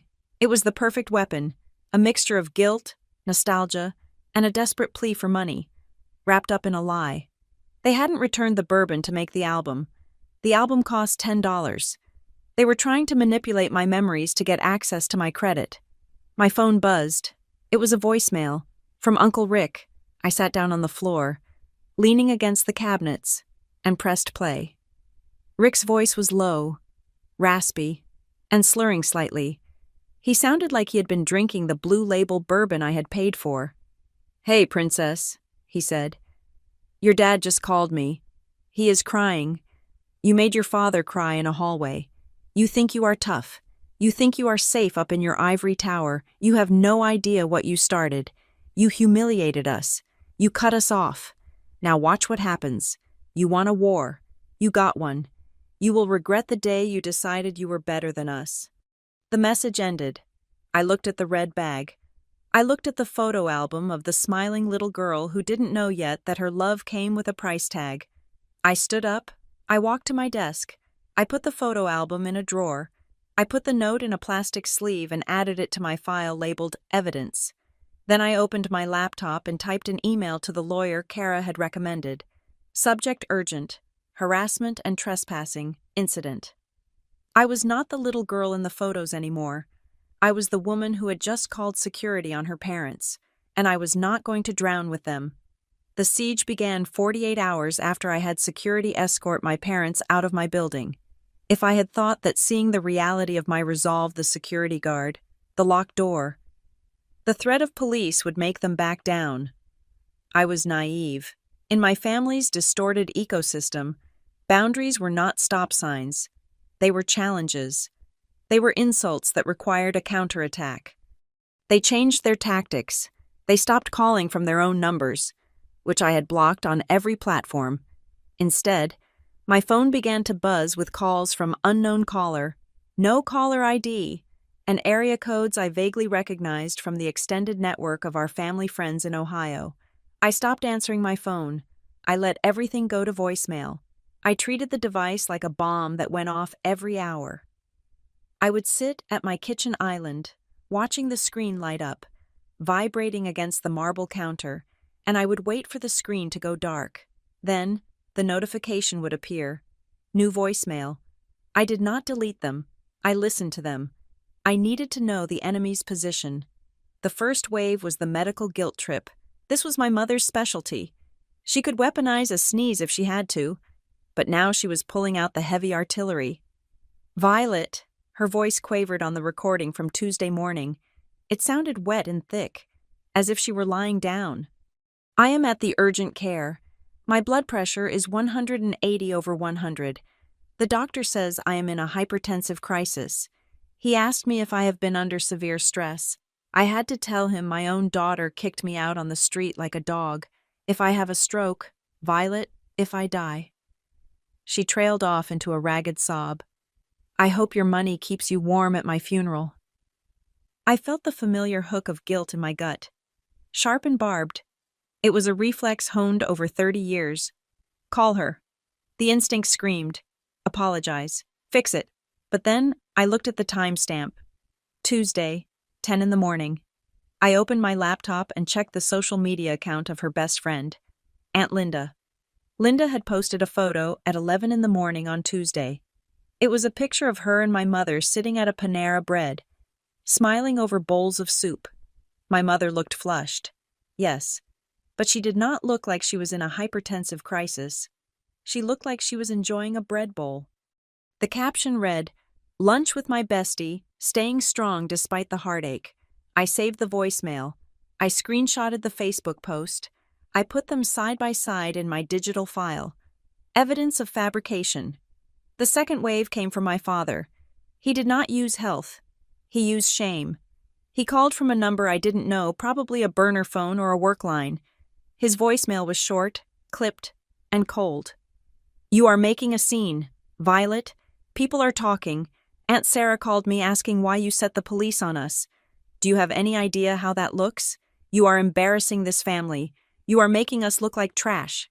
You need to issue a statement or tell everyone it was a misunderstanding. Fix this. Today." He was not worried about my safety. He was not worried about our relationship. He was worried about the PR. He was worried that the narrative of the perfect Parker family was showing cracks, and he wanted me to grab the spackle. I added that voicemail to the file, too. Then came the third front, the court of public opinion. On Wednesday night, Kara sent me a link. "Do not engage." She texted, "Just watch." It was a TikTok video. It was from Brielle's account. I clicked the link. The video opened. It was Brielle, sitting in her bedroom in Ohio, wearing a hoodie, looking small and fragile. She had used a filter that made her eyes look bigger and watery. Soft, melancholic piano music played in the background. She didn't use my name. She was smart enough for that. "I don't usually post personal stuff," she whispered to the camera, "but I am just so heartbroken. You grow up thinking your big sister is your hero. You think she will always be there, and then money changes people. She moved to the city, got a big job, and just cut us off. She left my parents stranded. She called the cops on them when they just wanted to give her a Christmas gift. I just don't understand how someone can trade their blood for a bank account." She wiped away a fake tear. The caption read, "When family becomes strangers. Toxic heartbreak. Money changes, people family trauma." My blood boiled. The heat rose up my neck. Hot and prickly. It was a masterclass in manipulation. She had left out the identity theft. She had left out the $70,000. She had left out the screaming in the hallway. I scrolled down to the comments, ready to see hundreds of people calling me a monster, but I paused. User 129. Wait. She called the cops. Why parents don't usually get the cops called on them unless they are doing something crazy. Pizza Rat. Left them stranded. Unless they are toddlers, they are adults who can drive. Missing context here. No contact queen. I smell missing reasons. If a woman cuts off her family, it's usually for survival. Run, sis. Therapy is cool. Money changes people usually translates to, "She stopped letting us use her wallet." I stared at the screen. Brielle had tried to weaponize the internet, but she had forgotten that the internet was full of people who were tired of toxic family dynamics. She wanted sympathy, but she was getting scrutinized. I did not comment. I did not like the video. I just took a screen recording of the entire thing, scrolling through the comments. Then, the final blow to their public image came from inside the house. A Facebook message popped up from my cousin Beth again. "Violet, I don't know if you saw this," she wrote, "but Mrs. Gable, your neighbor." I think she posted this on the Neighborhood Watch group, and someone ripped it to Twitter. It is circulating in the family group chat. I clicked the link. It was a shaky video, filmed through a peephole or a slightly cracked door. The angle was high. It showed my hallway. It showed my mother, red-faced, kicking my door. It captured the audio perfectly. "I gave birth to you, you will die alone." It captured my father grabbing her arm. It captured the security guard stepping off the elevator. The video was captioned, "Rich boomers losing it at the lofts. Public freakout." My family had been trying to paint a portrait of a sad, abandoned elderly couple. The video showed two violent, entitled people attacking a door. I felt a strange sensation. It wasn't happiness. It was the feeling of gravity shifting. The truth was out. I didn't have to explain anything anymore. The video did the work for me. I opened my laptop. I pulled up the spreadsheet, the ledger, XLSX. I added a new tab. I named it harassment log. I created columns: date, time, method, content, witness, December 3rd, voicemail, mom, threatening suicide, stroke due to my actions. December 3rd, voicemail, dad, demanding I lie to relatives to protect image. December 4th, TikTok, Brielle, public defamation and libel. December 5th, video evidence, third party, footage of physical aggression at my door. I was turning their emotional storm into data points. Every time they tried to hurt me, I just typed it into a cell. It was my way of keeping my head above water. If it was on the spreadsheet, it was manageable. It was just a row in a database. I called Kara. "I saw the video," she said immediately. "Violet, you need to lock this down. Now." "I am logging everything," I said. "I have the spreadsheet." "Spreadsheets are great," Kara said, her voice serious. "But spreadsheets don't stop a crazy person from waiting in the parking garage. You need legal paper. You need a restraining order. You need to make it a crime for them to come near you." "Is it enough?" I asked. "They are my parents. The police usually laugh at family drama." "You have the credit card fraud," Kara reminded me. "And now you have video of them trying to break down your door. That is not drama. That is a threat. Call the lawyer." I spent the next morning in a glass-walled office in downtown Seattle. The attorney, Mr. Sterling, was a man who looked like he was carved out of granite. He listened to my story without interrupting. He looked at the spreadsheet. He watched the video. "We have two separate issues here. Ms. Parker," he said, clasping his hands on the desk. "First is the financial fraud, the unauthorized use of the department store card, and the potential loan application. That is a criminal matter. We continue with the police report for that." He paused. "The second is the harassment, based on the voicemail threats and the physical altercation at your door. We have grounds for a temporary protection order. In Washington state, we can file for an anti-harassment order. It will legally bar them from contacting you or coming within 500 feet of your residence or workplace." "Do it," I said. "It will enrage them," he warned. "When they get served the papers, it will be the final severance." "The severance happened when they stole my identity," I said. "This is just the paperwork." I left the office feeling lighter, but also on edge. I had armed myself with the law. I had the no trespass order filed with my building. I had the draft of the restraining order being prepared. I went home. I felt the urge to check everything one more time. It was a compulsion now.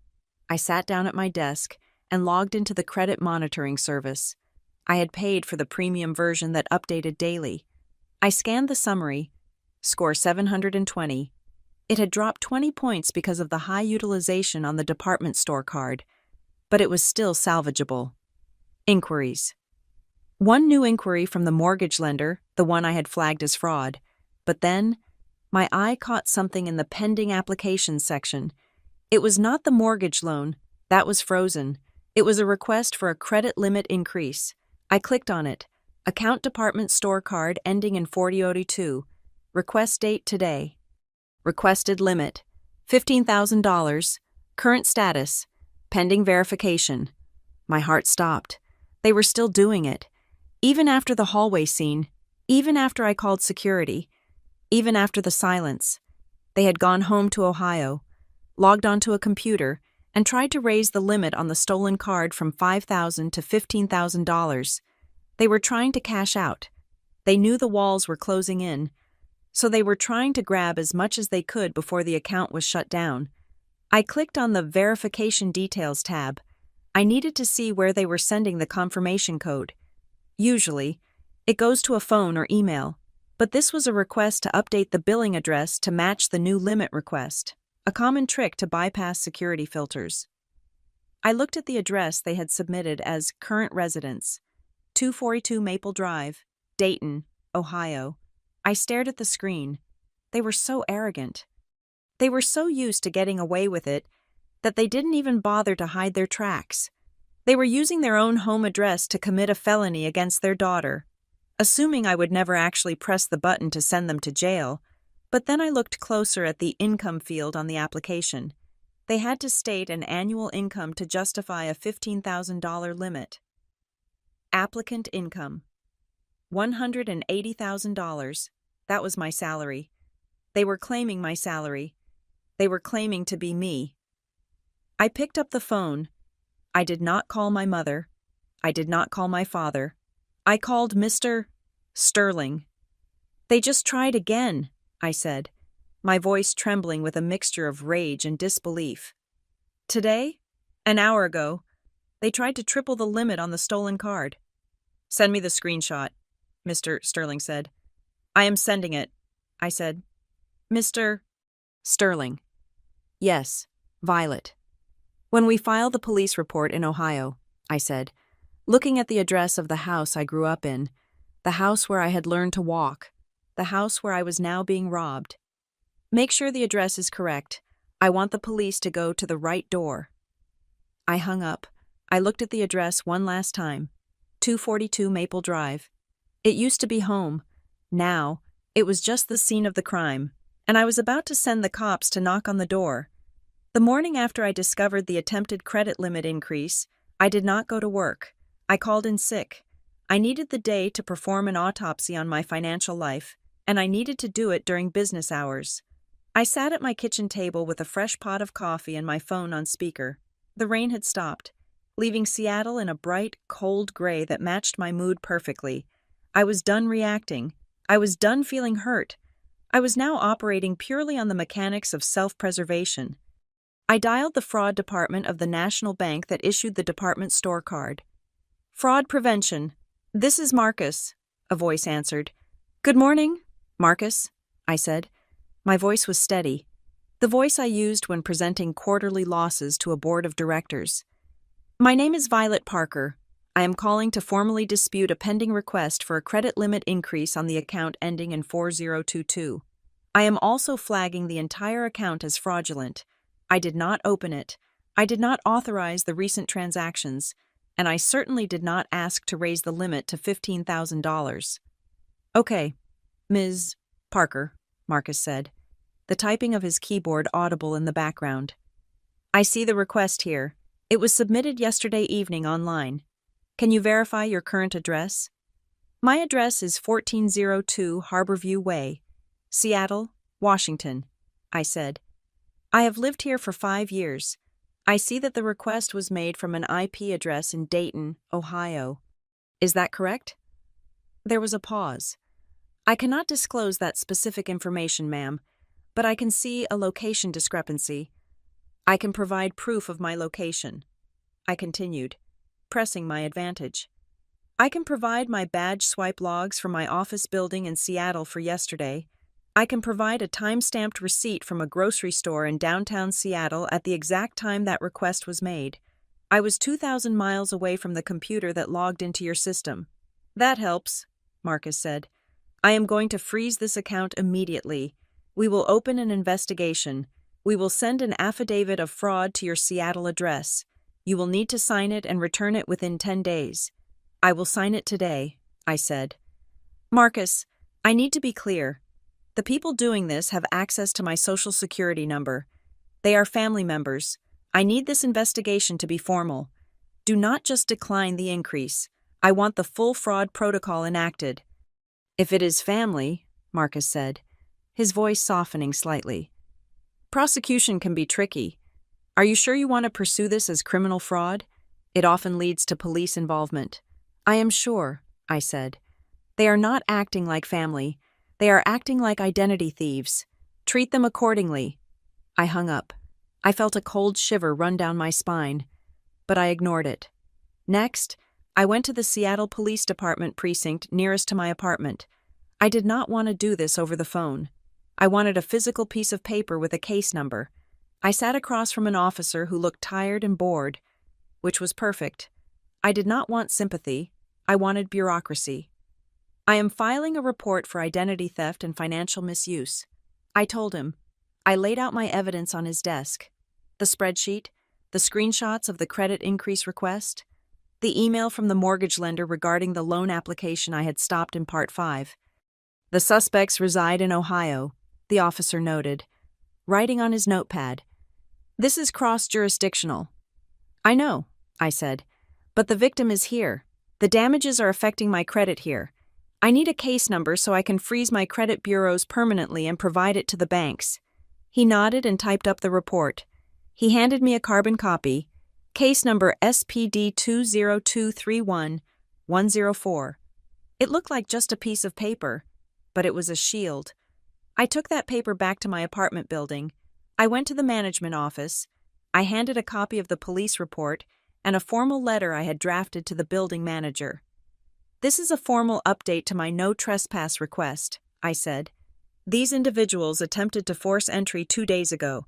There is now an active police investigation regarding financial crimes involving them. If they step foot in the lobby again, I am instructing you to call the police immediately. Do not call me first. Call the police.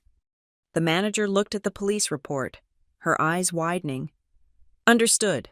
Ms. Parker. We will put their photos at the security desk with a red flag. By noon. I had built a wall of legal and bureaucratic fire around myself. I had disputed the charges. I had frozen the credit. I had involved the police. At 1 o'clock, the panic set in on the other side of the country. My phone rang. It was my father. I let it go to voicemail. It rang again. Then my mother called. Then the landline from the house in Dayton called. They were realizing that this was not a game. When the bank froze the account, they probably got a notification.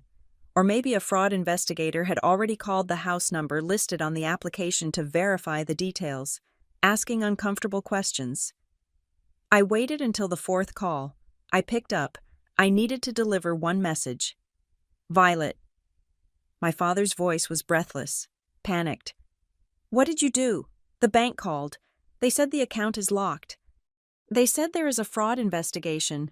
I know, I said calmly. I opened it. Are you insane? He shouted. Do you know what this means? They asked if we knew who made the transaction.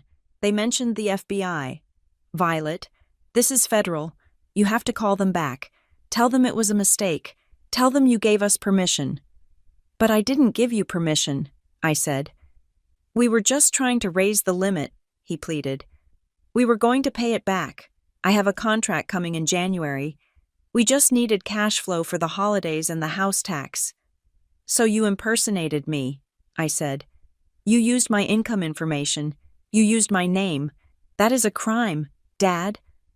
We are your parents, my mother screamed from the background. You do not send the FBI after your parents. I am not sending anyone, I said. The bank is following their protocol. You triggered the algorithm when you tried to grab $15,000 that does not belong to you. Call them off, my father demanded. Tell them it was a misunderstanding. If you don't, they are going to freeze our assets too. They are going to audit us. I cannot call them off, I said. I submitted an affidavit. If I lie now and say I authorized it, I would be committing perjury. I would be liable for the debt. So you are going to let us sink? He asked, his voice dropping to a terrified whisper. Over a credit card. I am not making this a big deal. Dad, I said, reciting the line I had prepared, the line that felt like a severance of the final chord. I am just telling the truth. You are the ones who made it a criminal matter. I hung up. I blocked the number again. My heart was racing, but my head was clear. They were scared. For the first time in my life, they were scared of me. Not because I was violent, but because I was consistent. I went to the kitchen to make tea. I needed to calm down. Then, my email pinged on my laptop. I walked over, expecting another automated message from the bank or the credit bureau. It was not from a bank. It was from a law firm. Patterson and Associates, Dayton, Ohio. I frowned. I did not know this firm. I opened the email. Subject urgent signature required for refinancing of property at 242 Maple Drive.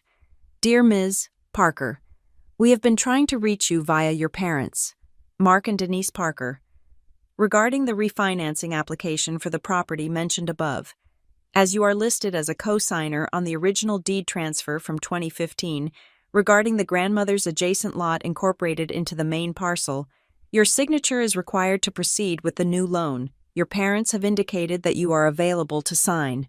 The closing must occur before December 31st to avoid foreclosure proceedings on the primary mortgage.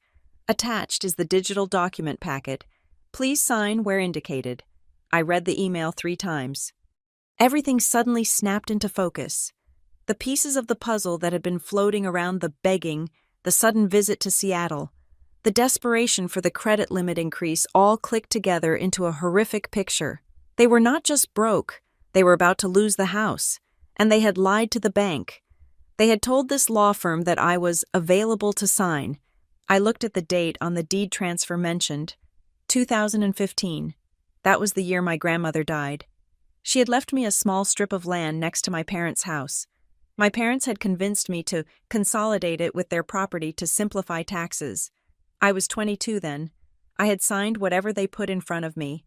I did not realize that by consolidating the land, my name had been attached to the deed of their house. They needed to refinance the house to pay off their debts likely caused by the lifestyle I had been subsidizing.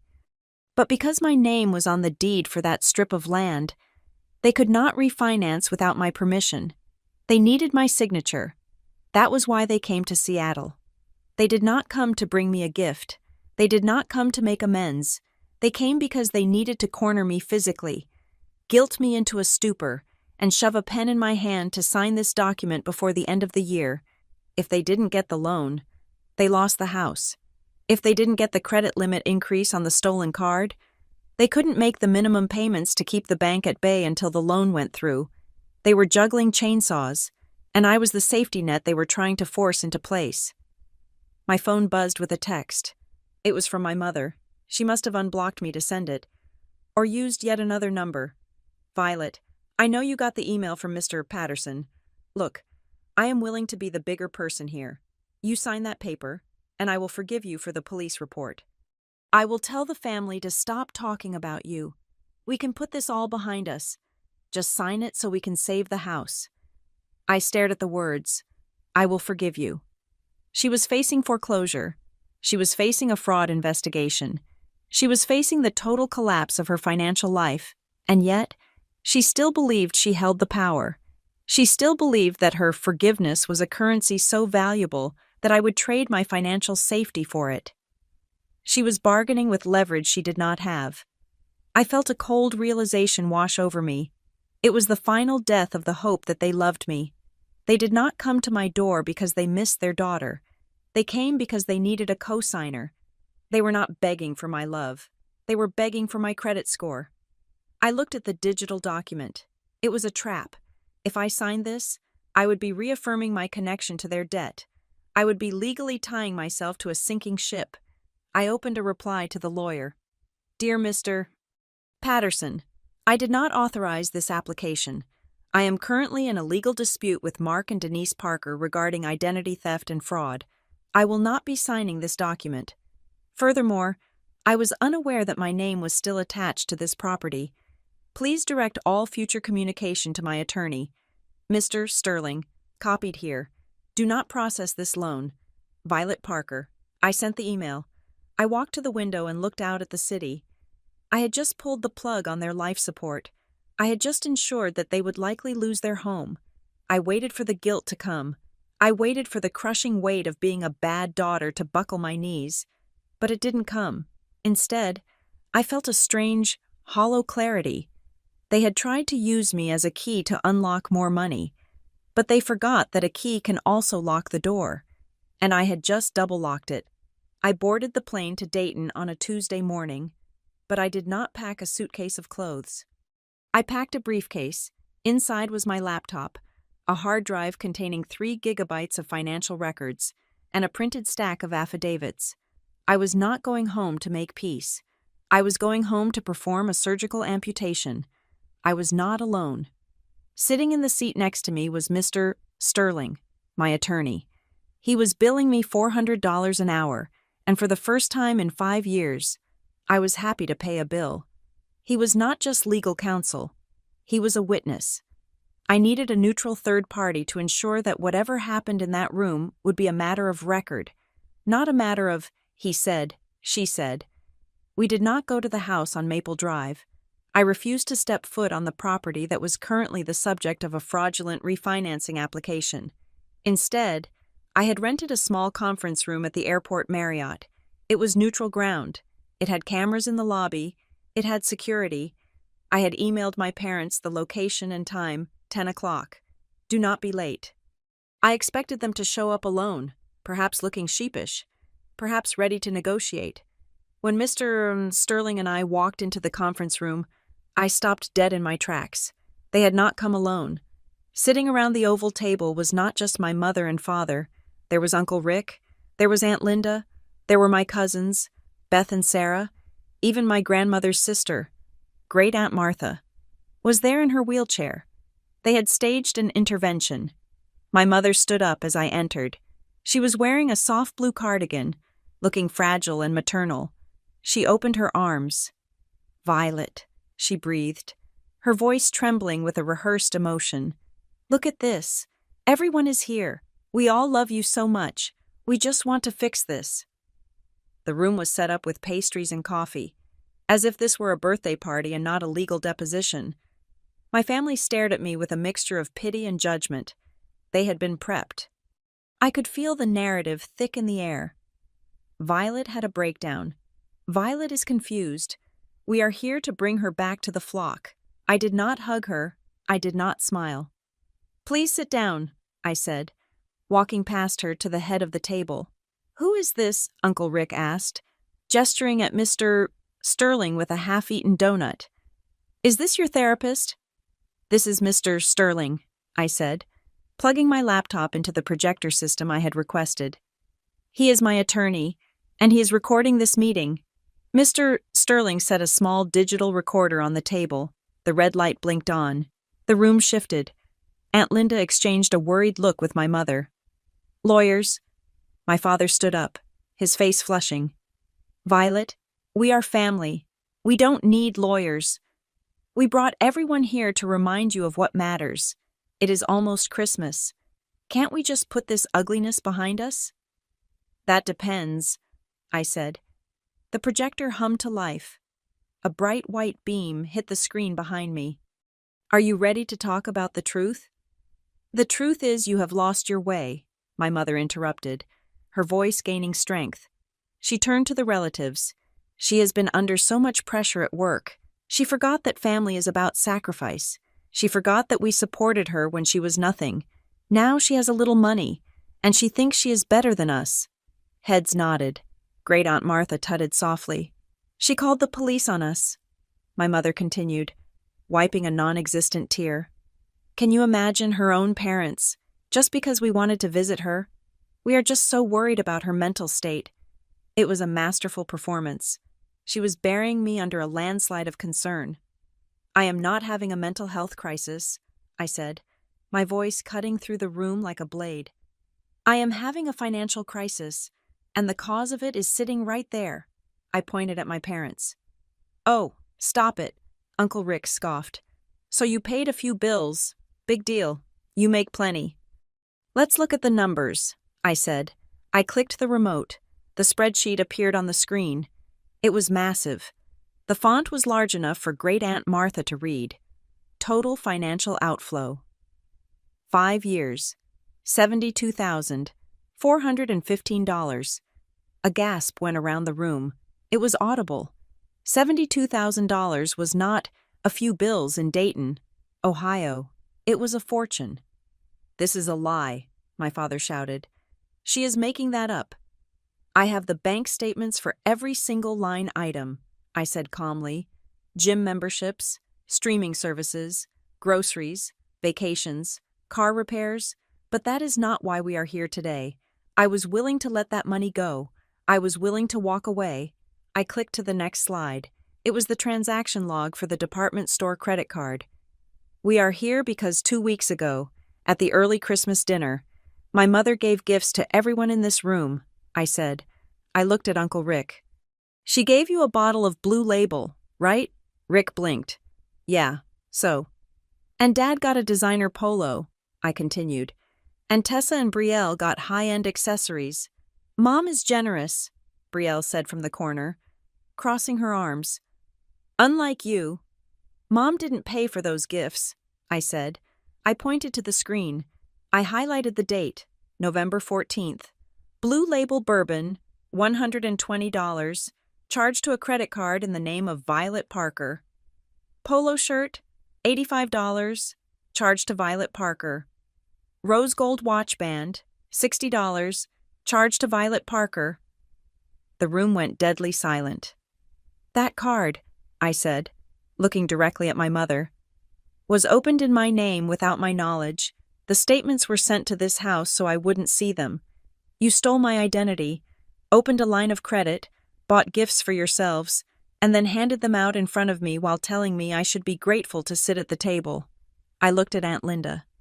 You were there, Linda. You saw me ask for a gift. You saw Mom tell me I didn't deserve one. She told me I didn't deserve a gift that she bought with my own stolen money. Aunt Linda looked at my mother. Her mouth was slightly open. Denise, is that true? My mother's face was a mask of panic. No, she gave me permission. She is twisting it. She told me to use the card for Christmas. I did not, I said, and I have the affidavit from the fraud department to prove it. It was a misunderstanding, Uncle Rick boomed, trying to regain control of the narrative. He laughed, a nervous, barking sound. Come on, Vi, it's just paper pushing. You're rich, so Mom used the wrong card. Who cares? It's Christmas, don't ruin the party over a bookkeeping error. A bookkeeping error? I asked. Is that what we are calling it? Yeah, Rick said, standing up. You are being dramatic. Look at your mom. She is crying. You happy now? You proved your point. Turn off the projector and let's go get lunch. I am not done, I said. We are done listening to this, my father snapped. Come on, everyone, we are leaving. Sit down, Mr. Sterling said. He didn't shout. He just projected his voice from his diaphragm. It was a courtroom voice. We have one more piece of evidence to review regarding the restraining order. Restraining order, Cousin Beth whispered. I clicked the next file. It was the video from my hallway in Seattle. I had connected the audio to the conference room speakers. The sound of my mother screaming filled the room. It was raw, guttural, and terrifying. I gave birth to you. You will die alone. You will die alone with your money. On the screen, my mother was kicking the door. My father was looking around wildly. Then the security guard appeared, and they fled. I let the video play until the very end, until the sound of their retreating footsteps faded. I paused it on the frame of the crumpled red gift bag sitting on my doormat. The silence in the conference room was suffocating. No one was eating pastries. Great Aunt Martha had her hand over her mouth. Cousin Beth was staring at the table. The image of the perfect family had not just cracked, it had shattered. They had seen the violence. They had heard the hate. There was no spinning this.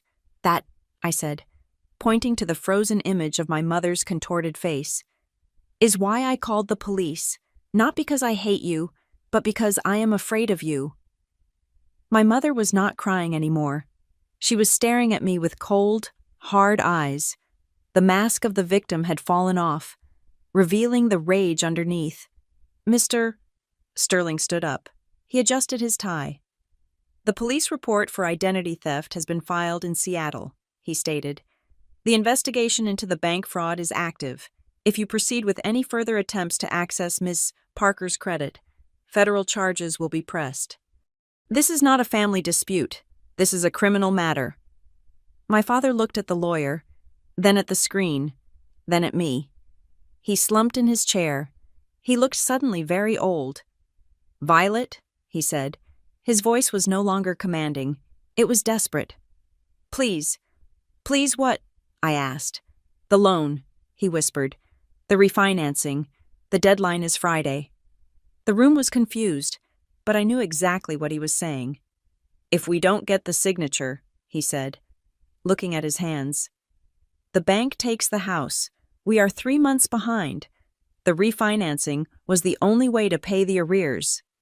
So that is it, I said. That is why you came to Seattle. That is why you are begging. We will lose everything, he said. Your childhood home, where you grew up, where your grandmother lived. Just sign the paper. Violet, we will pay you back. I swear. Just sign the paper and we can fix the credit card thing later. There it was, the pivot. The transition from, we love you, to give us what we want. He didn't care about the video. He didn't care about the theft. He just wanted the signature. I looked around the room. My relatives were watching me. They were waiting to see if I would be the savior. They were waiting for me to cave, to be the good daughter and save my parents from the consequences of their own greed. I closed my laptop. The screen went black. No, I said. What? My mother hissed. No, I repeated. I will not sign. I will not attach my name to your debt ever again. You are going to let us be homeless? My father asked, his voice shaking. I am letting you handle your own finances, I said. You have an income. You have assets. You can sell the cars. You can sell the stuff you bought with my money. But I am not bailing you out. I turned to Mr. Sterling. We are leaving. I started to pack up my laptop. Here are my conditions for not pressing charges on the $15,000 fraud, I said, not looking up. 1. You admit to the family exactly what you did. 2. You stop the smear campaign online. 3. You never contact me again unless it is through Mr. Sterling. 4. You apologize. A real apology. In writing. I zipped up my bag. I looked at them one last time. If you do those things, I will ask the bank not to prosecute. If you don't, well, you saw the spreadsheet. I turned to walk out. You monster. It was my mother. She had stood up. She was shaking, her face purple with rage. You are a monster, she screamed, pointing a finger at me. You planned this. You came here to humiliate us in front of everyone. You are enjoying this. You are destroying this family for revenge. I stopped at the door. I looked back at her. I looked at the woman who had raised me, the woman who had bought a bottle of perfume with my stolen identity and worn it to dinner. I didn't destroy this family. Mom, I said. I just turned on the lights. I walked out of the conference room. As the door closed behind me, I didn't hear sobbing. I heard shouting. I heard Uncle Rick asking if it was true about the house. I heard Aunt Linda asking how they could do that to their daughter. I walked down the hotel corridor with Mr. Sterling. My heart was pounding, but my hands were steady. That went well, Mr. Sterling said dryly. Did it? I asked. You kept your cool, he said, and you got the truth on the record. Now we just have to see if they sign the admission or if they choose to fight. They won't sign, I said. They would rather lose the house than admit they were wrong. I was right, but I didn't know yet just how far they would go to avoid the mirror I had held up to their faces. The conference room at the airport Marriott felt smaller than it had 10 minutes ago. The air was thick with the scent of stale coffee and the electric charge of a family secret finally being dragged into the light. My mother was screaming that I was a monster. My father was slumped in his chair, staring at the floor as if a trapdoor might open and swallow him whole, but the scene was not over. As Mr. Sterling and I turned to leave, Uncle Rick stepped in front of the door. He was a big man, broad-shouldered from years of contracting work, and he used his physical size to intimidate. It was a tactic that had worked on me when I was 12. It did not work on me at 32. You are not walking out of here, Rick rumbled, crossing his arms. You made your point. Violet, you showed us your little slideshow. You embarrassed your parents. Congratulations. Now sit down and sign the papers so we can all go home. Move, Rick, I said quietly. Think about what you are doing, Aunt Linda chimed in from the table, her voice trembling. Violet, honey, think about the neighbors. Think about the family name. If they lose the house, where will they go? You have a spare bedroom in Seattle. You have money. Why is this so hard for you? They were trying to corner me with the oldest weapon in their arsenal, shame. They were banking on the fact that I would rather set myself on fire than let people think I was a bad daughter. I looked at Mr. Sterling. He gave a small nod. He opened his briefcase again and pulled out the physical copy of the document my parents had emailed me, the one they were desperate for me to sign. "Since we are discussing the paperwork," Mr. Sterling said, his voice cutting through the rising clamor, "perhaps we should clarify what exactly you are asking Ms. Parker to sign." "It is a refinancing application," my father shouted, suddenly finding his voice. "It is just to lower the rate and get some cash out. She is just a co-signer because her name is on the land deed." "That is incorrect," Mr. Sterling said. He held up the document. "I read the terms of this loan agreement very carefully this morning. This is not a standard refinancing application where Ms. Parker acts as a guarantor. This is a quitclaim deed combined with an assumption of debt liability."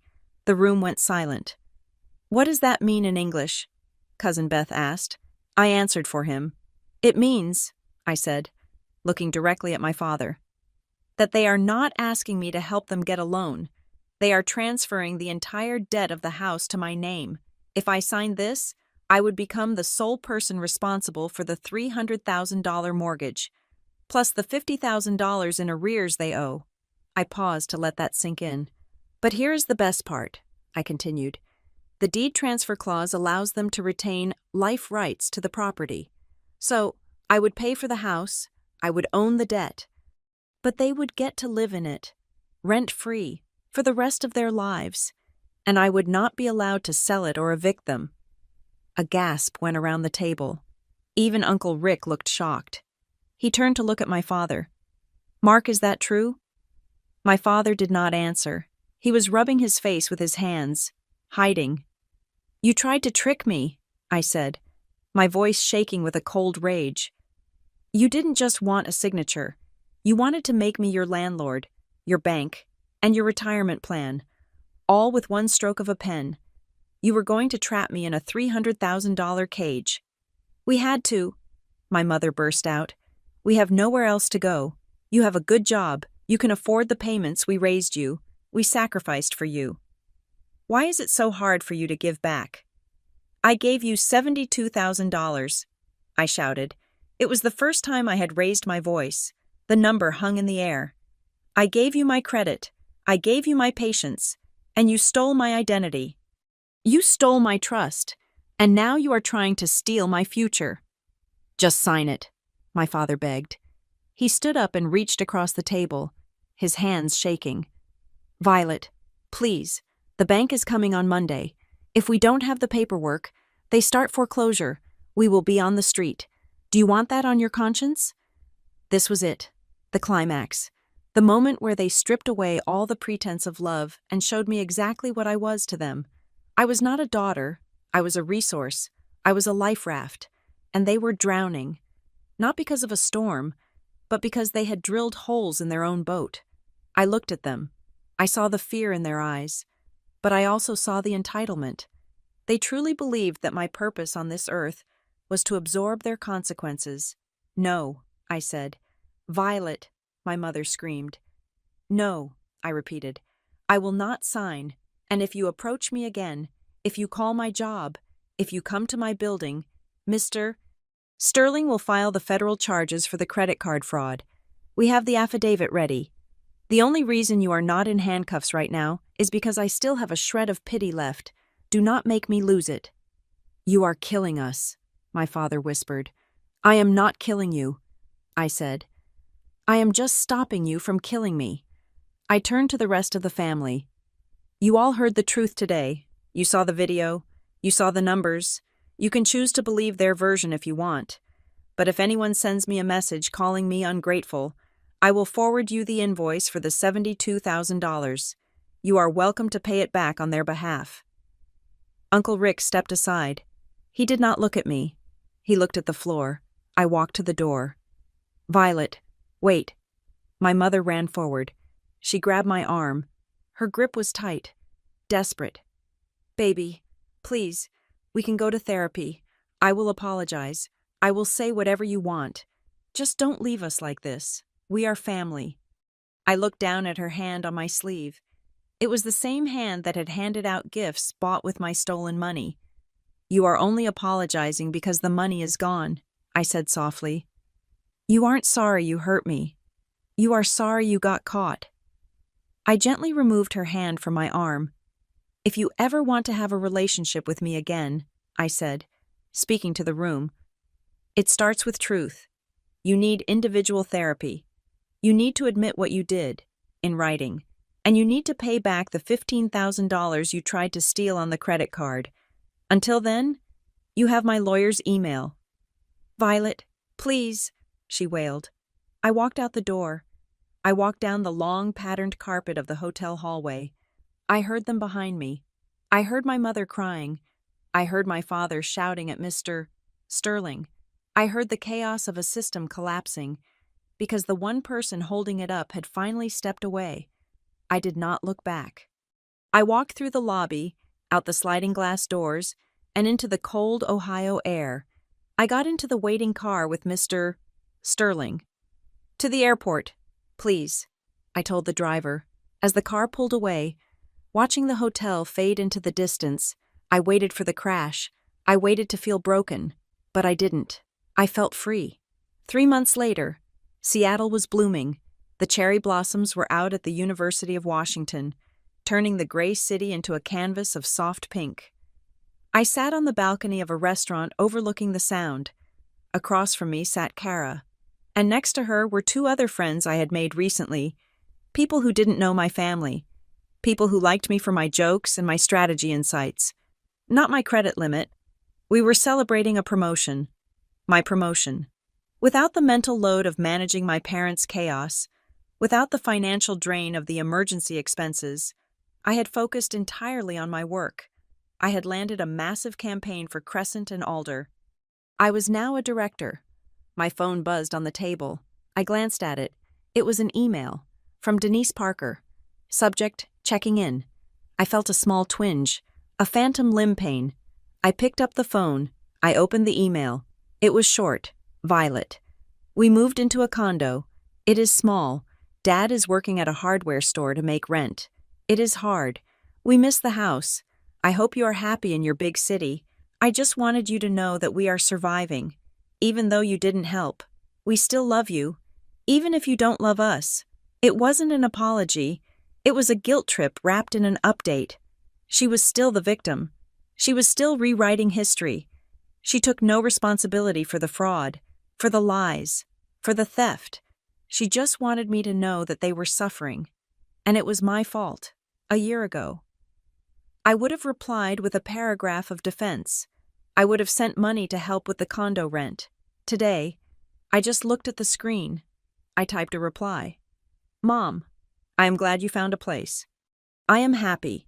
If you want to have a real conversation, please refer to the conditions I left with Mr. Sterling regarding therapy and accountability. Until then, I wish you the best. Violet. I hit send. Then I archived the email into a folder named Family. Read only. Everything okay? Kara asked, holding up a glass of rosé. I looked at her. I looked at the sunset reflecting off the water. I thought about the $72,000. I thought about the pie in the trash. I thought about the lock on my door. Yeah, I said, picking up my glass. Everything is perfect. I realized then that I had won. Not because I had punished them, not because they were suffering in a small condo. I had won because they could no longer hurt me. I had taken back the pen, and for the first time in my life, I was writing my own story. Sometimes, the most satisfying revenge isn't making them pay. It is simply closing your wallet, locking your door, and letting them face the one thing they spent a lifetime avoiding the consequences of their own actions. Thank you so much for listening to Violet's story. It is a hard journey to cut off the people who are supposed to love you, but sometimes it is the only way to save yourself. I would love to know where you are listening from today. Are you tuning in from a busy city like Seattle, a quiet town in Ohio, or somewhere completely different across the ocean? Let me know in the comments below. I love reading your stories. If you enjoyed this story, please make sure to subscribe to the channel Maya Revenge Stories, hit that like button to support the work, and smash that hype button so this story can reach more people who might need to hear it. Stay strong, and see you in the next video.